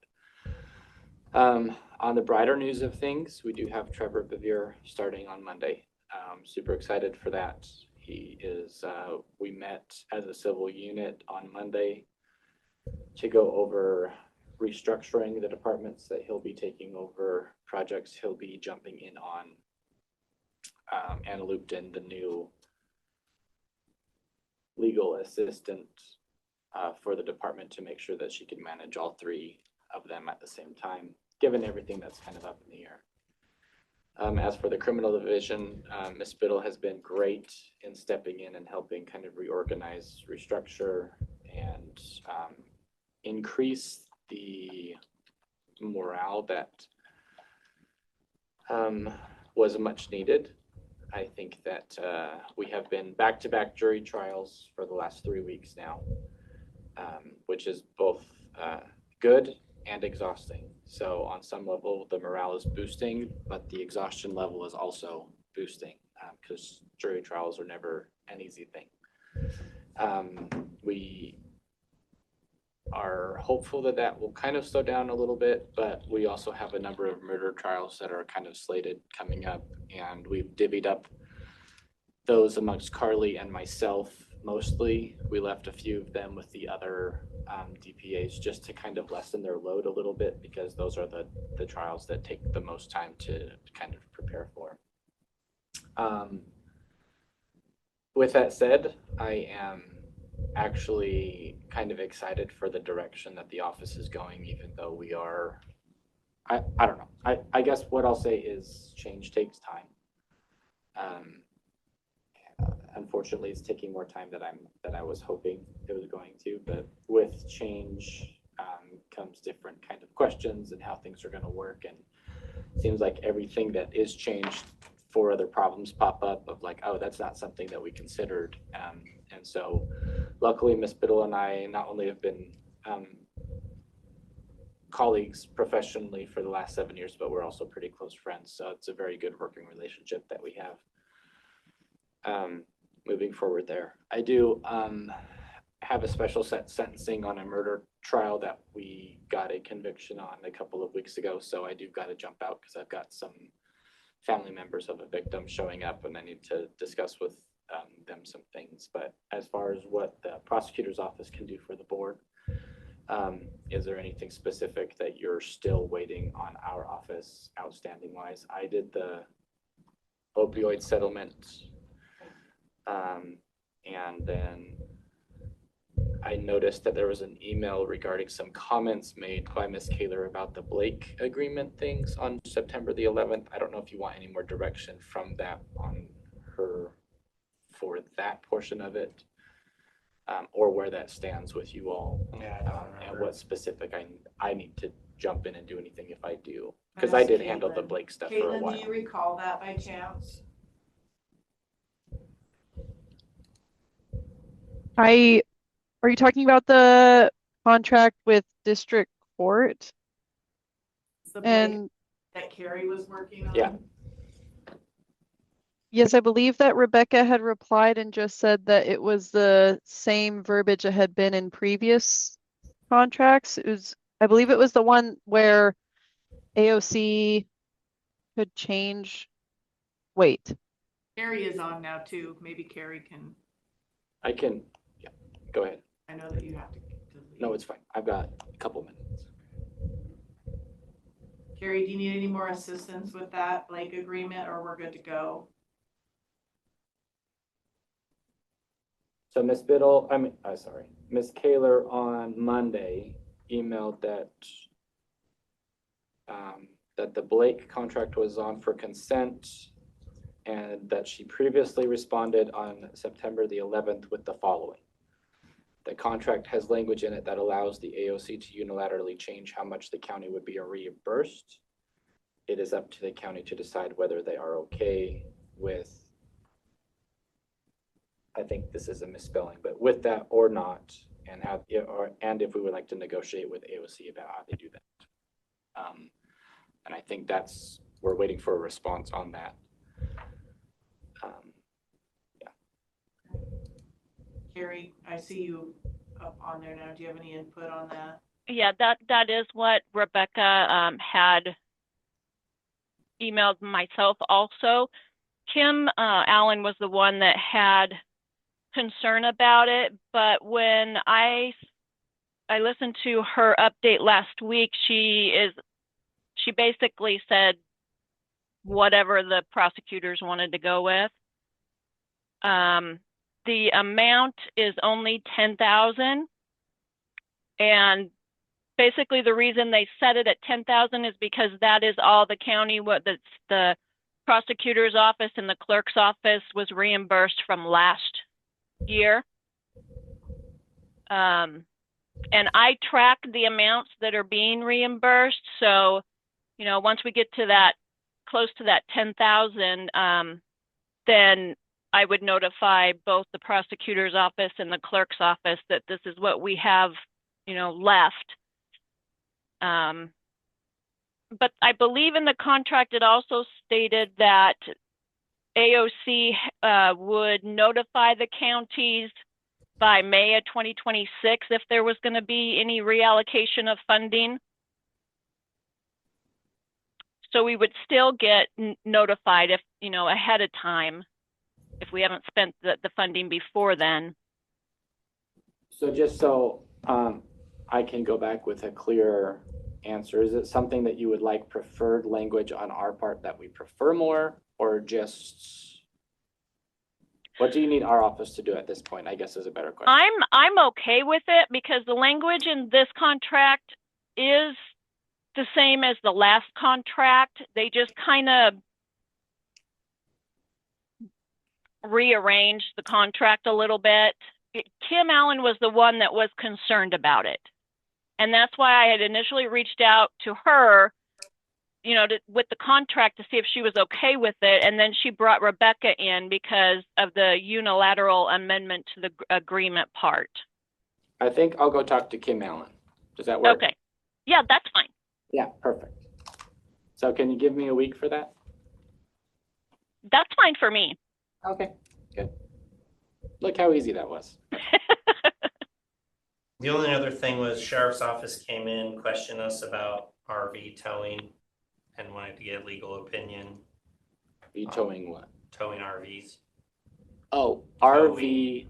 towing. Yeah. I heard our vetoing, and I was like, oh, that's interesting. RV towing. So if you would get a hold of Joey and look into that. Anything else, Kevin? The only other thing that I have that Rebecca responded on was contract we were looking at with an attorney for the landfill. Historical research and the landfill. We talked about that yesterday. I don't remember if I signed something or if she was going to set that up to have it be signed. I think that the question was whether that's something I can sign. I'm going to stop here and just apologize that I don't know what the actual procedure is on how it's typically done. But if it's something that I sign and then bring to you, or if it's all something that we sign together in the same room. But I think it is definitely something that we need to move forward with because it's certainly out of the realm of my expertise. Right. And based on what Ms. Kaler is telling me, it's out of hers as well. So we definitely need outside counsel for that. Yeah, and that was the attorney that the historical research uses on all their, most all their recoveries. And so they're the ones that referred us to them. Right. So I reviewed their letter of intent.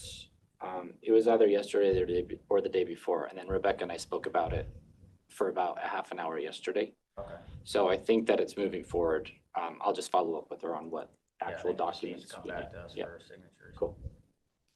Perfect. That was all I have. Okay, anything else? No? I don't think so. No, thank you. We will go into recess until 2 p.m. and we're back with our commission meeting.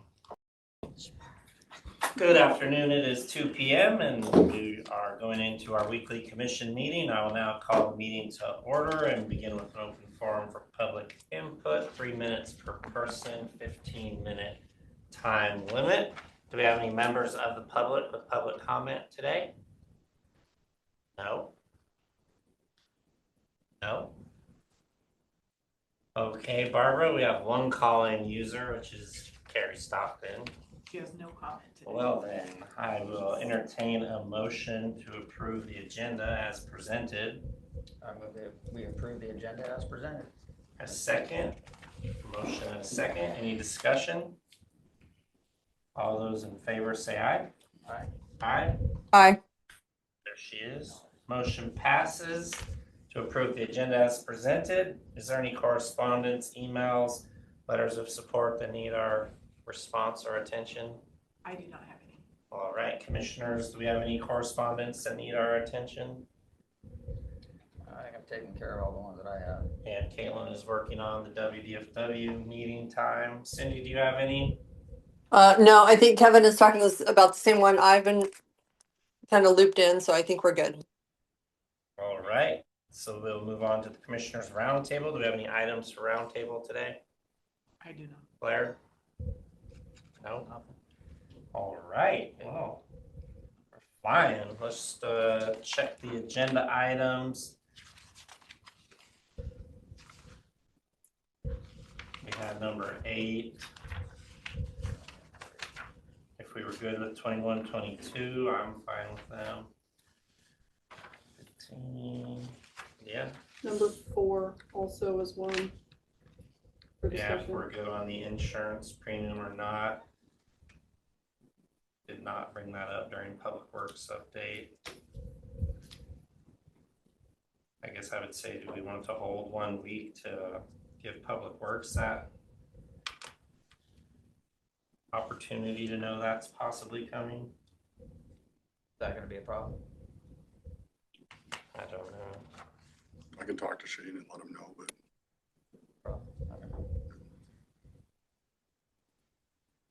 Hold item 4. It just puts us, we would be starting October 1st, so that would put us maybe not starting the 1st. Well, why don't we make a motion and if Public Works agrees or something, we could state that in the motion.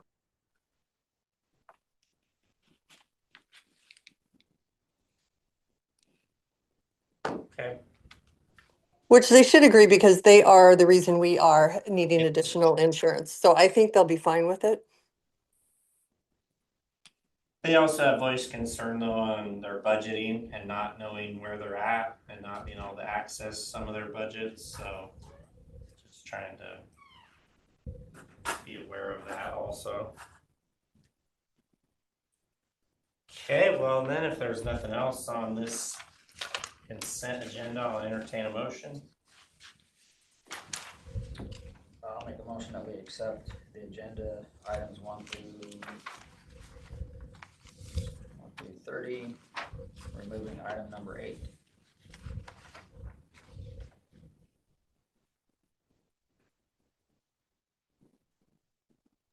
I'll second. So a motion and a second. Any discussion? All those in favor say aye. Aye. Aye. Right, motion passes to approve consent agenda items as stated by Commissioner Burgess. Do we have any walk-on items today? I don't believe we do. All right, well then, Cindy, do we have your permission to stamp your name?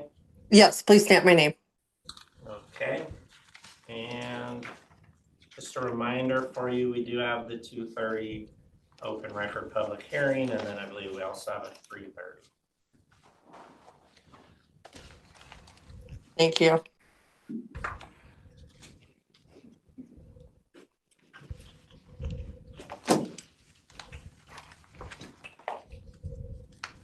There you are. Hi, Jim. Hi. Jerry P. Batch.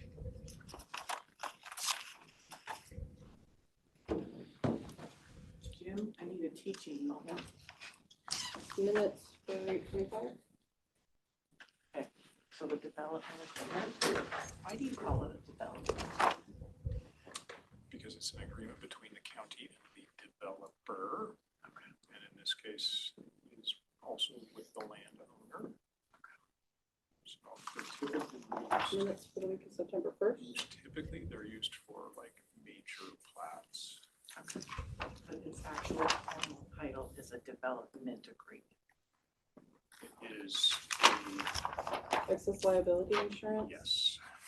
Let me see what the code says. So that invoice will go That's what's on to the accounting actual to pay, and then they will be the ones that'll split the cost and do whatever with all the departments, just like it does with the regular invoice. And I'll figure that out. Pass on the news, Yes. Blair.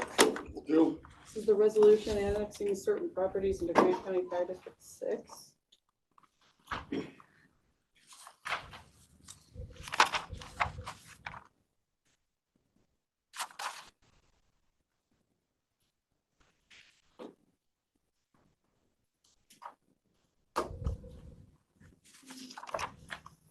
Real estate tax affidavit, disclosure to purchaser, quit claim deed acceptance for the Moses Lake Sand Dunes transfer.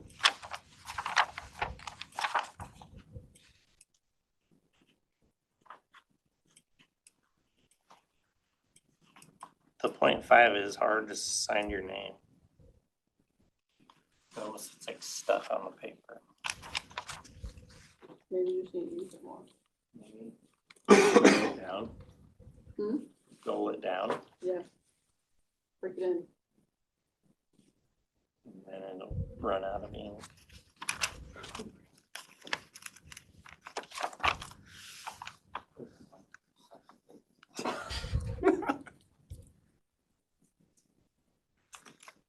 Yes, sir.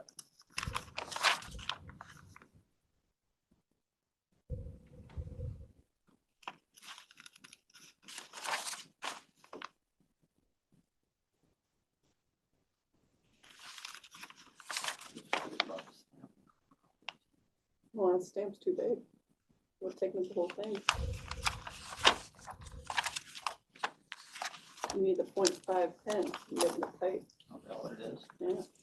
So requested DocuSign and interagency agreement.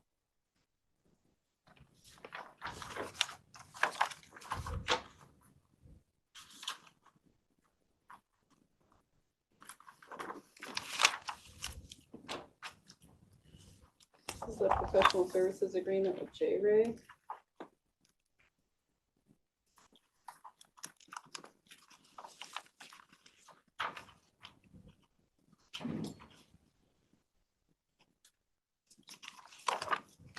Special occasion liquor license. On those liquor licenses, do you just mark whichever one you want to allowed them to do? That's what I thought, but then, I don't know. They should be marking it for us, and then we are approving. So we know what their plans are. Yeah, that's what I think. Who do you get those from? Washington State Liquor and Cannabis Board. And they don't check it. Maybe we're supposed to check it. Maybe that's what they've applied for, and you were just saying. All of them, though? It's like you're not selling a container. Most venues, you have to crack the top. I guess guys can just sign it and put them all open, they can do whatever they want. I don't know. You know, the Liquor and Cannabis Board has meetings where you can go and talk to them and ask them questions via WebEx or whatever. Make your form simpler. So change location.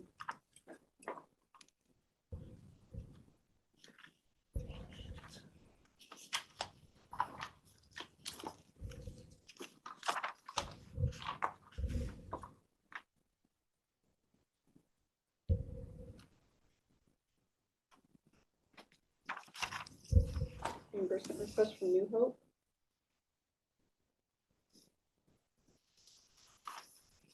Reimbursement request from Renew.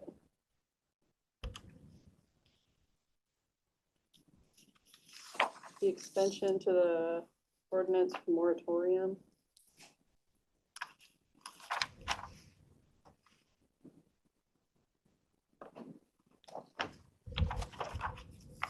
Request a DocuSign.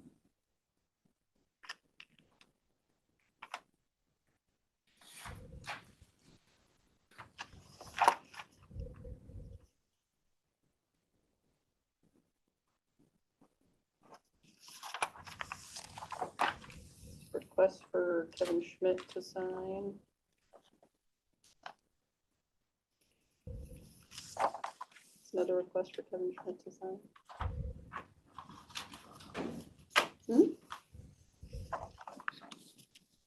Yes.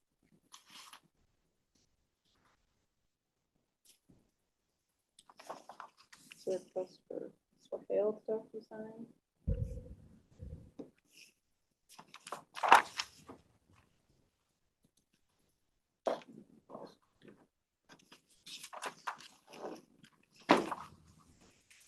The request for Susie Bodie to sign a contract amendment.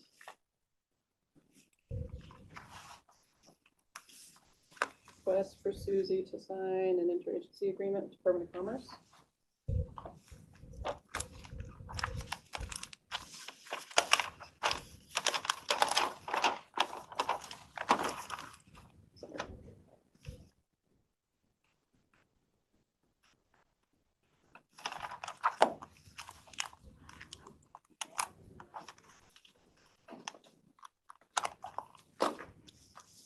It's an award recommendation and an award letter.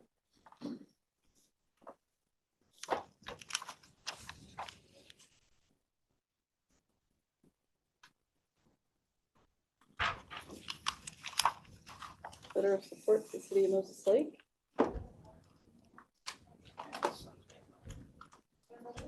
Oh, my bad. I thought I was helping you out.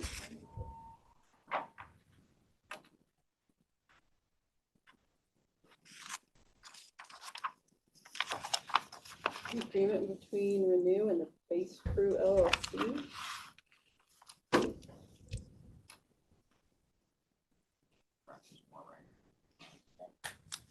That's You need a teacher with a ruler.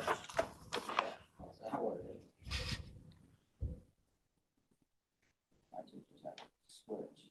It wasn't from my hand.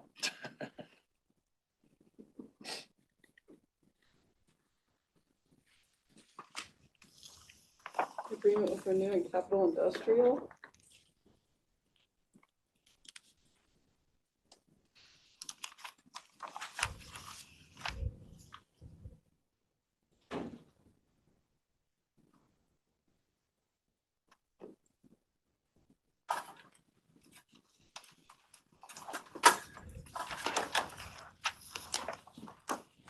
Agreement between Renew and Guardian Roofing and Exteriors, LLC.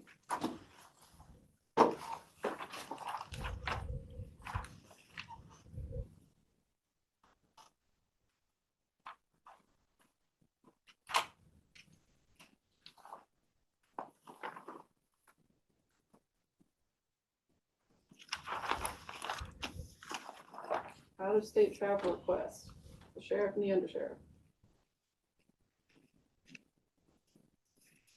Out-of-state travel for Kyle Tucker and Chase Millard. Out-of-state travel for Jeff Wentworth and Brad Holdapart. Guess so. And that's it. No walk-ons. No walk-ons. Okay, it is 2:14 p.m. and we will end our weekly commission meeting. We will be back at 2:30 for an open record public hearing.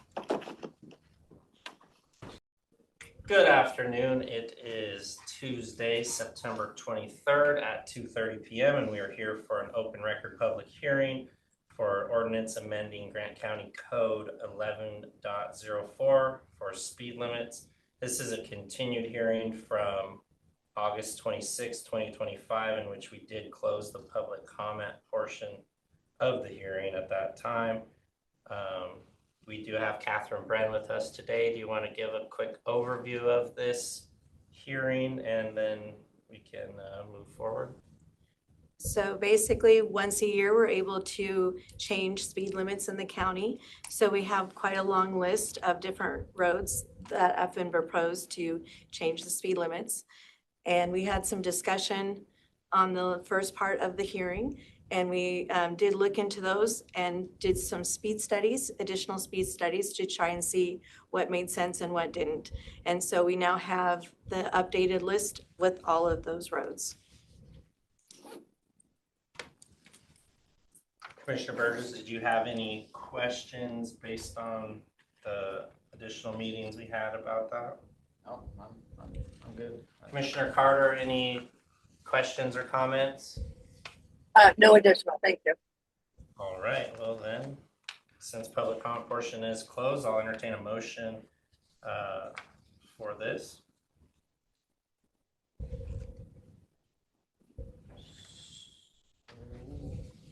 I would make a motion that we accept the speed limit amendment, ordinance amendment for code GC 11.04.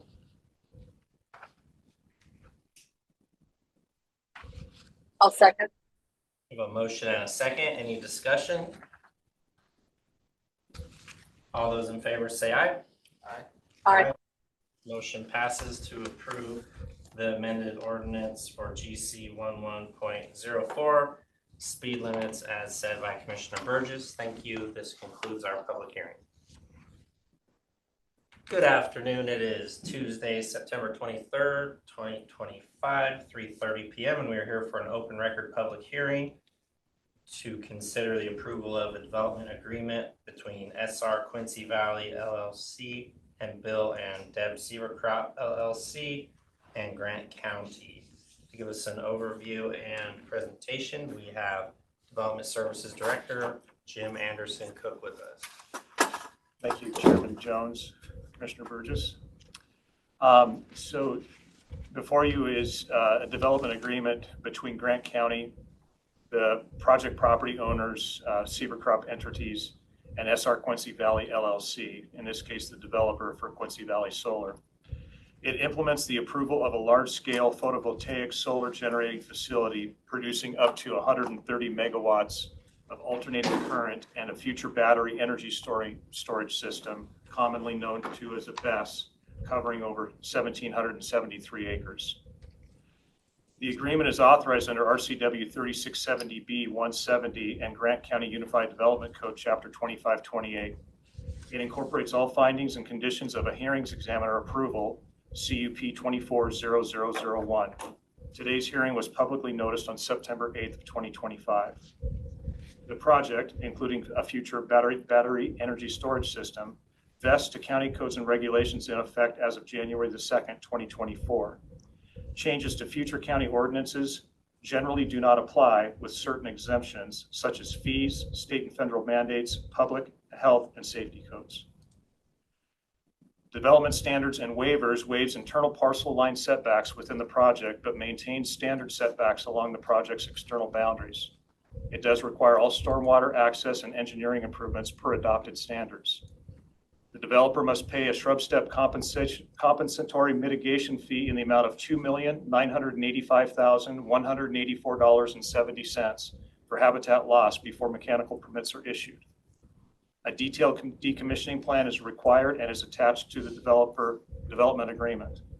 All project facilities must be safely dismantled and the site restored within 3 years after power production ceases or the project terminates. The developer must provide and renew financial security to guarantee decommissioning, commonly known to as a parent guarantee, with specific options for alternative security. If the developer fails, the county may perform decommissioning and draw on the security. Monthly progress reporting is required during decommissioning activities. This agreement runs with the land and binds successors and the signs. Assignment is subject to restrictions except for affiliate transfers or financing. The developer must reimburse the county for development agreement expenses beyond standard fees. This agreement must be recorded before any permits are issued. Indemnity provisions protect the county from claims related to developer operations. Lays out notices, procedures, defaults, and cure periods and remedies, including specific performances. It also stipulates that failure to decommission on schedule is an automatic default, allowing county intervention. Attachments in this development agreement, includes exhibits for legal property descriptions, the hearings examiner decision and conditions, the decommissioning plan, forms of security, and requirements for alternative financial assurances. At that, I'll take questions.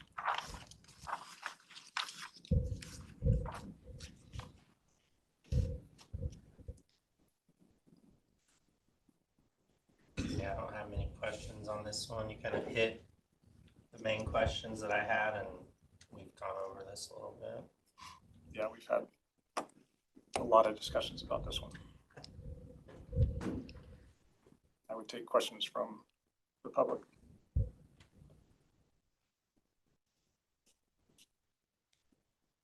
Yes. Daryl Pheasant, County Treasurer. Just to make sure understanding of the mitigation payment, that it's purely public funds during the entire period and is not something to be refunded back to the applicant at all, or it's just used because if any of those to be refunded back to the applicant, then I can't invest it or touch it because it's not public funds. They are public funds, so okay. It's a mitigation payment for the disturbance of 851 acres of core shrub steppe, commonly known as an ILF or an in lieu fee payment. 15% of those funds are for administrative costs, and then the balance is to be used to either acquire lands or establish a shrub steppe mitigation bank, so it can go towards restoration efforts in doing so. Follow-up question to what you just said. Who determines the follow-up lands Who's gonna, is it our own county that's gonna provide the legal advice on what follow-up lands qualify Yeah, so for that? great question. Great question. So currently, during this comprehensive plan amendment cycle, we are attempting to stand up a new code section 2524, which is shrub step mitigation banking. And inside of that code is the parameters by which a sponsor could bring to the county a shrub step bank. And so in reviewing that proposal, there will be an IRT or interagency review team that currently is proposed to consist of the county, Fish and Wildlife, the Conservation District, and then there's been some other suggestions for additional members to that IRT. The IRT will be the ones that are reviewing, and then ultimately the county will approve that banking location, and then if those ILF funds should be applied to either the purchase of the land or the restoration efforts towards that bank. Okay, so the lands that the lands that are acquired as a potential option don't have to be desolate where you have to create plant on that land. It could be something, say hypothetically, Nature Conservancy owns a bunch of property in the middle of nowhere. Correct.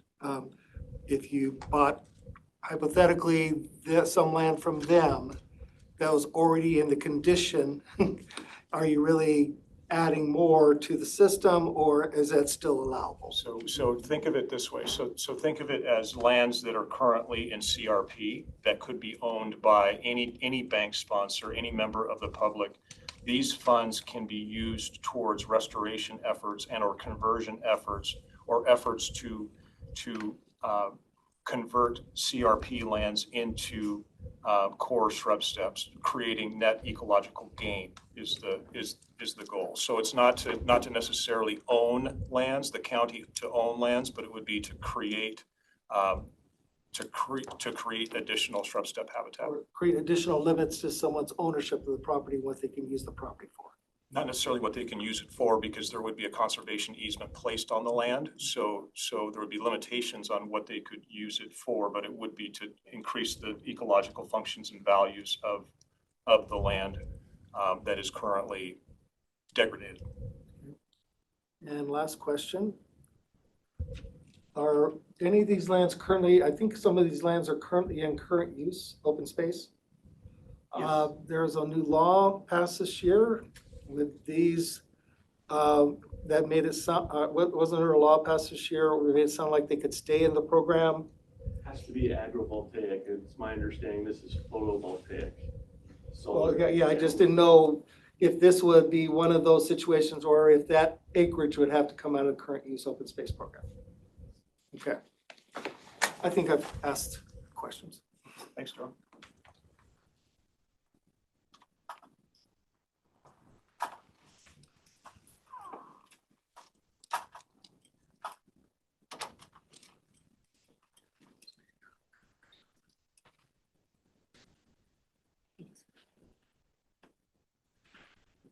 I guess it's not the last question. Just to throw out there's right now some controversy regarding renewable energy, not just solar, but wind towers and other stuff in regards to the evaluation process and depreciation schedules. They're probably more appropriate for wind towers. I don't know if they really been delved yet into depreciation of values for solar in regards to the problems of having new construction value go down in value, which then when it goes down in value, it actually shifts the taxes to the rest of the taxpayers when you set a higher new construction. Is law regarding solar, can it be considered new construction or personal property? Typically personal property. Okay, so it's different than wind towers because it is determined wind towers were new construction. Which, Yeah, in this case, we're purchasing the land, and so. Oh, we're leasing it. Sorry, leasing it. So. I apologize, since it's a public hearing, I need you to state your name for us. If you Oh, could sorry. stand up. Yeah. Yes. Hannah Norden, Silicon Ranch. Are you on? Oh, there you are. I am on there. So with solar and wind, it is a bit different, but yes, we are, new construction technically, but, typically, I guess, I don't know if you can speak more to the lease side of things, but. Sure. I can. Aurora Step Peterson, also with Silicon Ranch. The economics and financials of the projects are usually account for business personal property taxes throughout the life of the project. Is usually how the property taxes are assigned. So if it's personal property, that means there will be no new taxes generated for the governments because it's not new construction, which then the only effect is the lower levy rates, but that provide no new tax benefit to the county or any of the taxing districts of that area. I'm unfamiliar with how that works in your county, but generally we do pay property taxes on throughout the life of the project. Yes. Okay, right, but they pay property taxes, but it doesn't have a net new revenue benefit. Were you aware of that?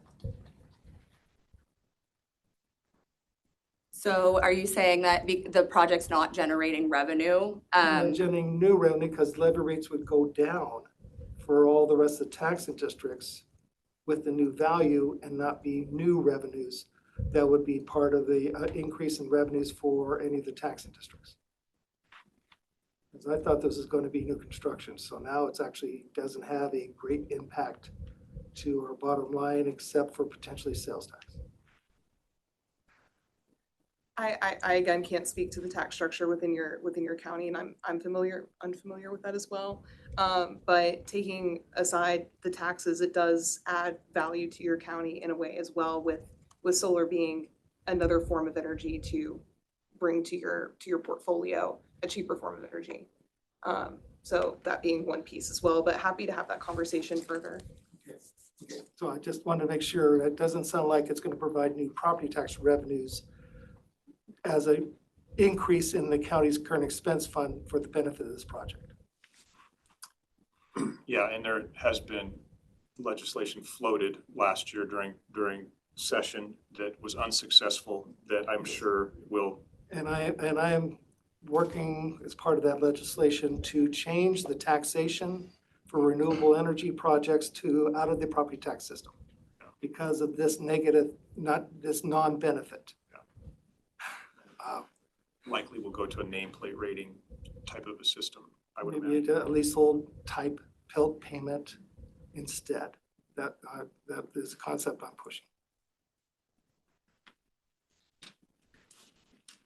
So we just need to make sure that in an open record public hearing, we keep Verify. comments to county staff, not to public. Just a reminder. Just for right now, because you didn't open the public comment. Exactly. Oh. Do you have any questions? No, I don't. We Cindy, went over this. Commissioner Carter, do you have any questions?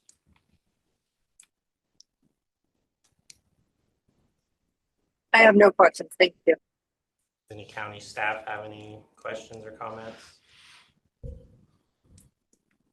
Hearing none, then we'll move on to opening the public comment portion of this hearing. Barbara? Does anyone in the audience who has signed up, do you have public comment today? If you do, if you could stand up for me, please, and then have your public comment. The gentleman in the back. Thank you. If you could state your name for us, please. Yes. My name is Guy Moura, Moura, and I'm with the Confederated Tribes of the Colville Reservation. So the Confederated Tribes of the Colville Reservation are still trying to finalize mitigation discussions with the developer about adverse impacts to cultural resources. We think that we would like the opportunity to do that. And we think there are some grant county codes that are applicable. And I think I will just read this very short paragraph. So we would like to secure the opportunity to request a reconsideration of the mitigated determination of non-significance under Grant County Code 25.32.150 and/or file a formal appeal under Grant County Code 25.32.160. We believe there were errors in procedure consisting of failure to provide appropriate notice to the tribe regarding the issuance of the mitigated determination of non-significance and associated opportunities to comment and appeal. And the premature issuance of the mitigated determination of non-significance prior to the completion of the analysis of effects on cultural resources. And thank you. Thank you.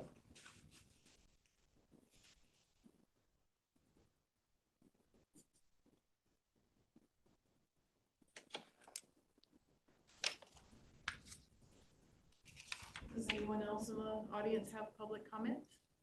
Okay, you can state your name again for me. Yes, Hannah Norden, Silicon Ranch.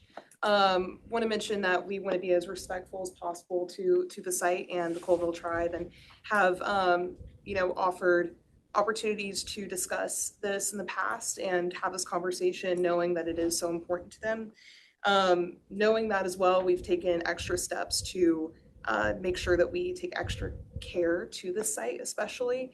And just gonna name a few of those right here.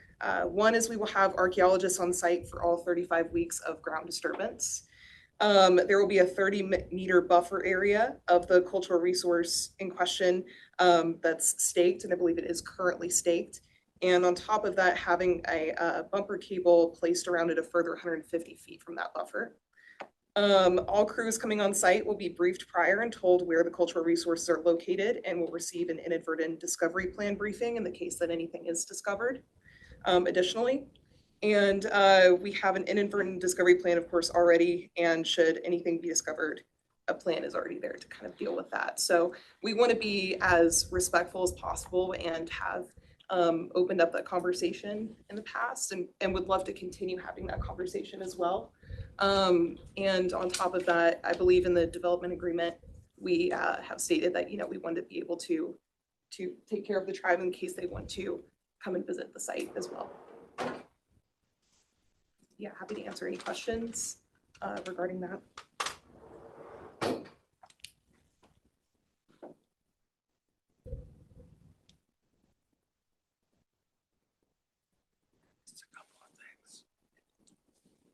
Does anyone else in the audience like to speak?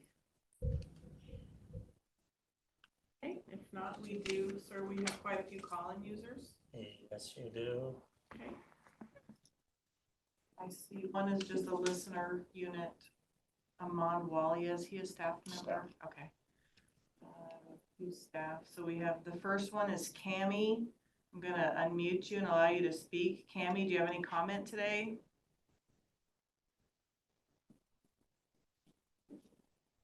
Last one is Mary Balthrop. I'm giving you permission to unmute yourself. Mary, do you have public comment today? No, I don't. Thank you. Thank you. So that is it. All right. Yes.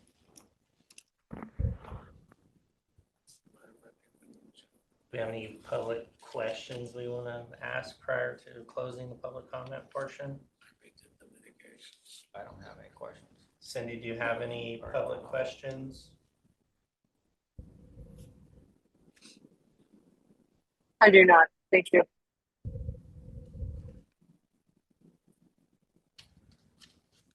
Okay, I'll entertain a motion.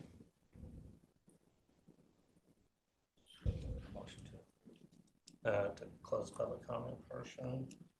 I'll make a motion to close the public comment period.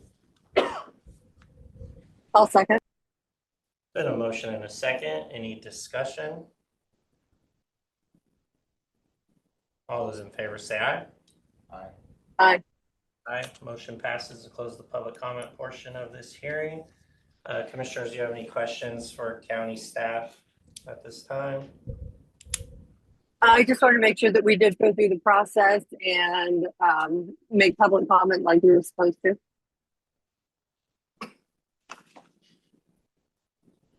Will you say that again, Commissioner Carter? I just want to make sure we did the public comment. There was a comment made in our audience that we did not go out for public comment, or maybe we didn't follow our plan. So I just want to make sure that we did go out we did do the public notification process correctly. Do you understand what she's asking?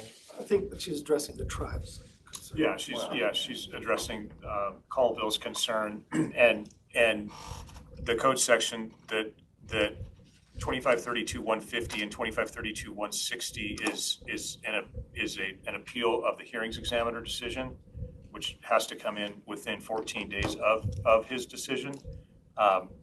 So this process, the appeal of today's hearing would come by way of a LUPA appeal, which is filed with Grant County Superior Court.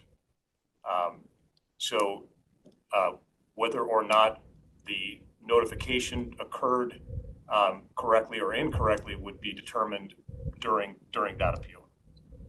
When did the hearing examiner hear this?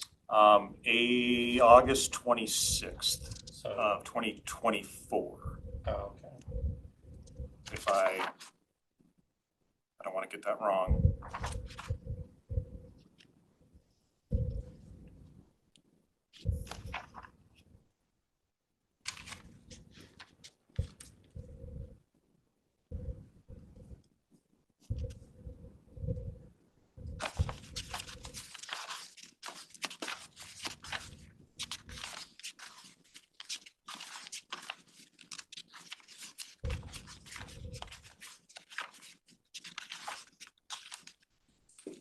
August 26th of 2024.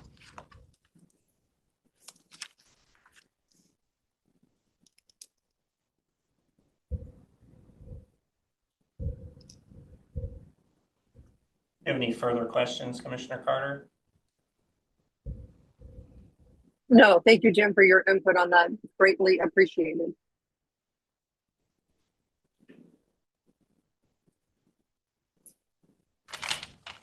Any additional questions for Jim? I don't have any more for Jim, though. All right. Then I will entertain a motion. So I'd a motion to approve the development agreement with SR Quincy Valley and Cedar Crops for storage facility and Grant County. I'll second. Been a motion and a second. Is there any discussion?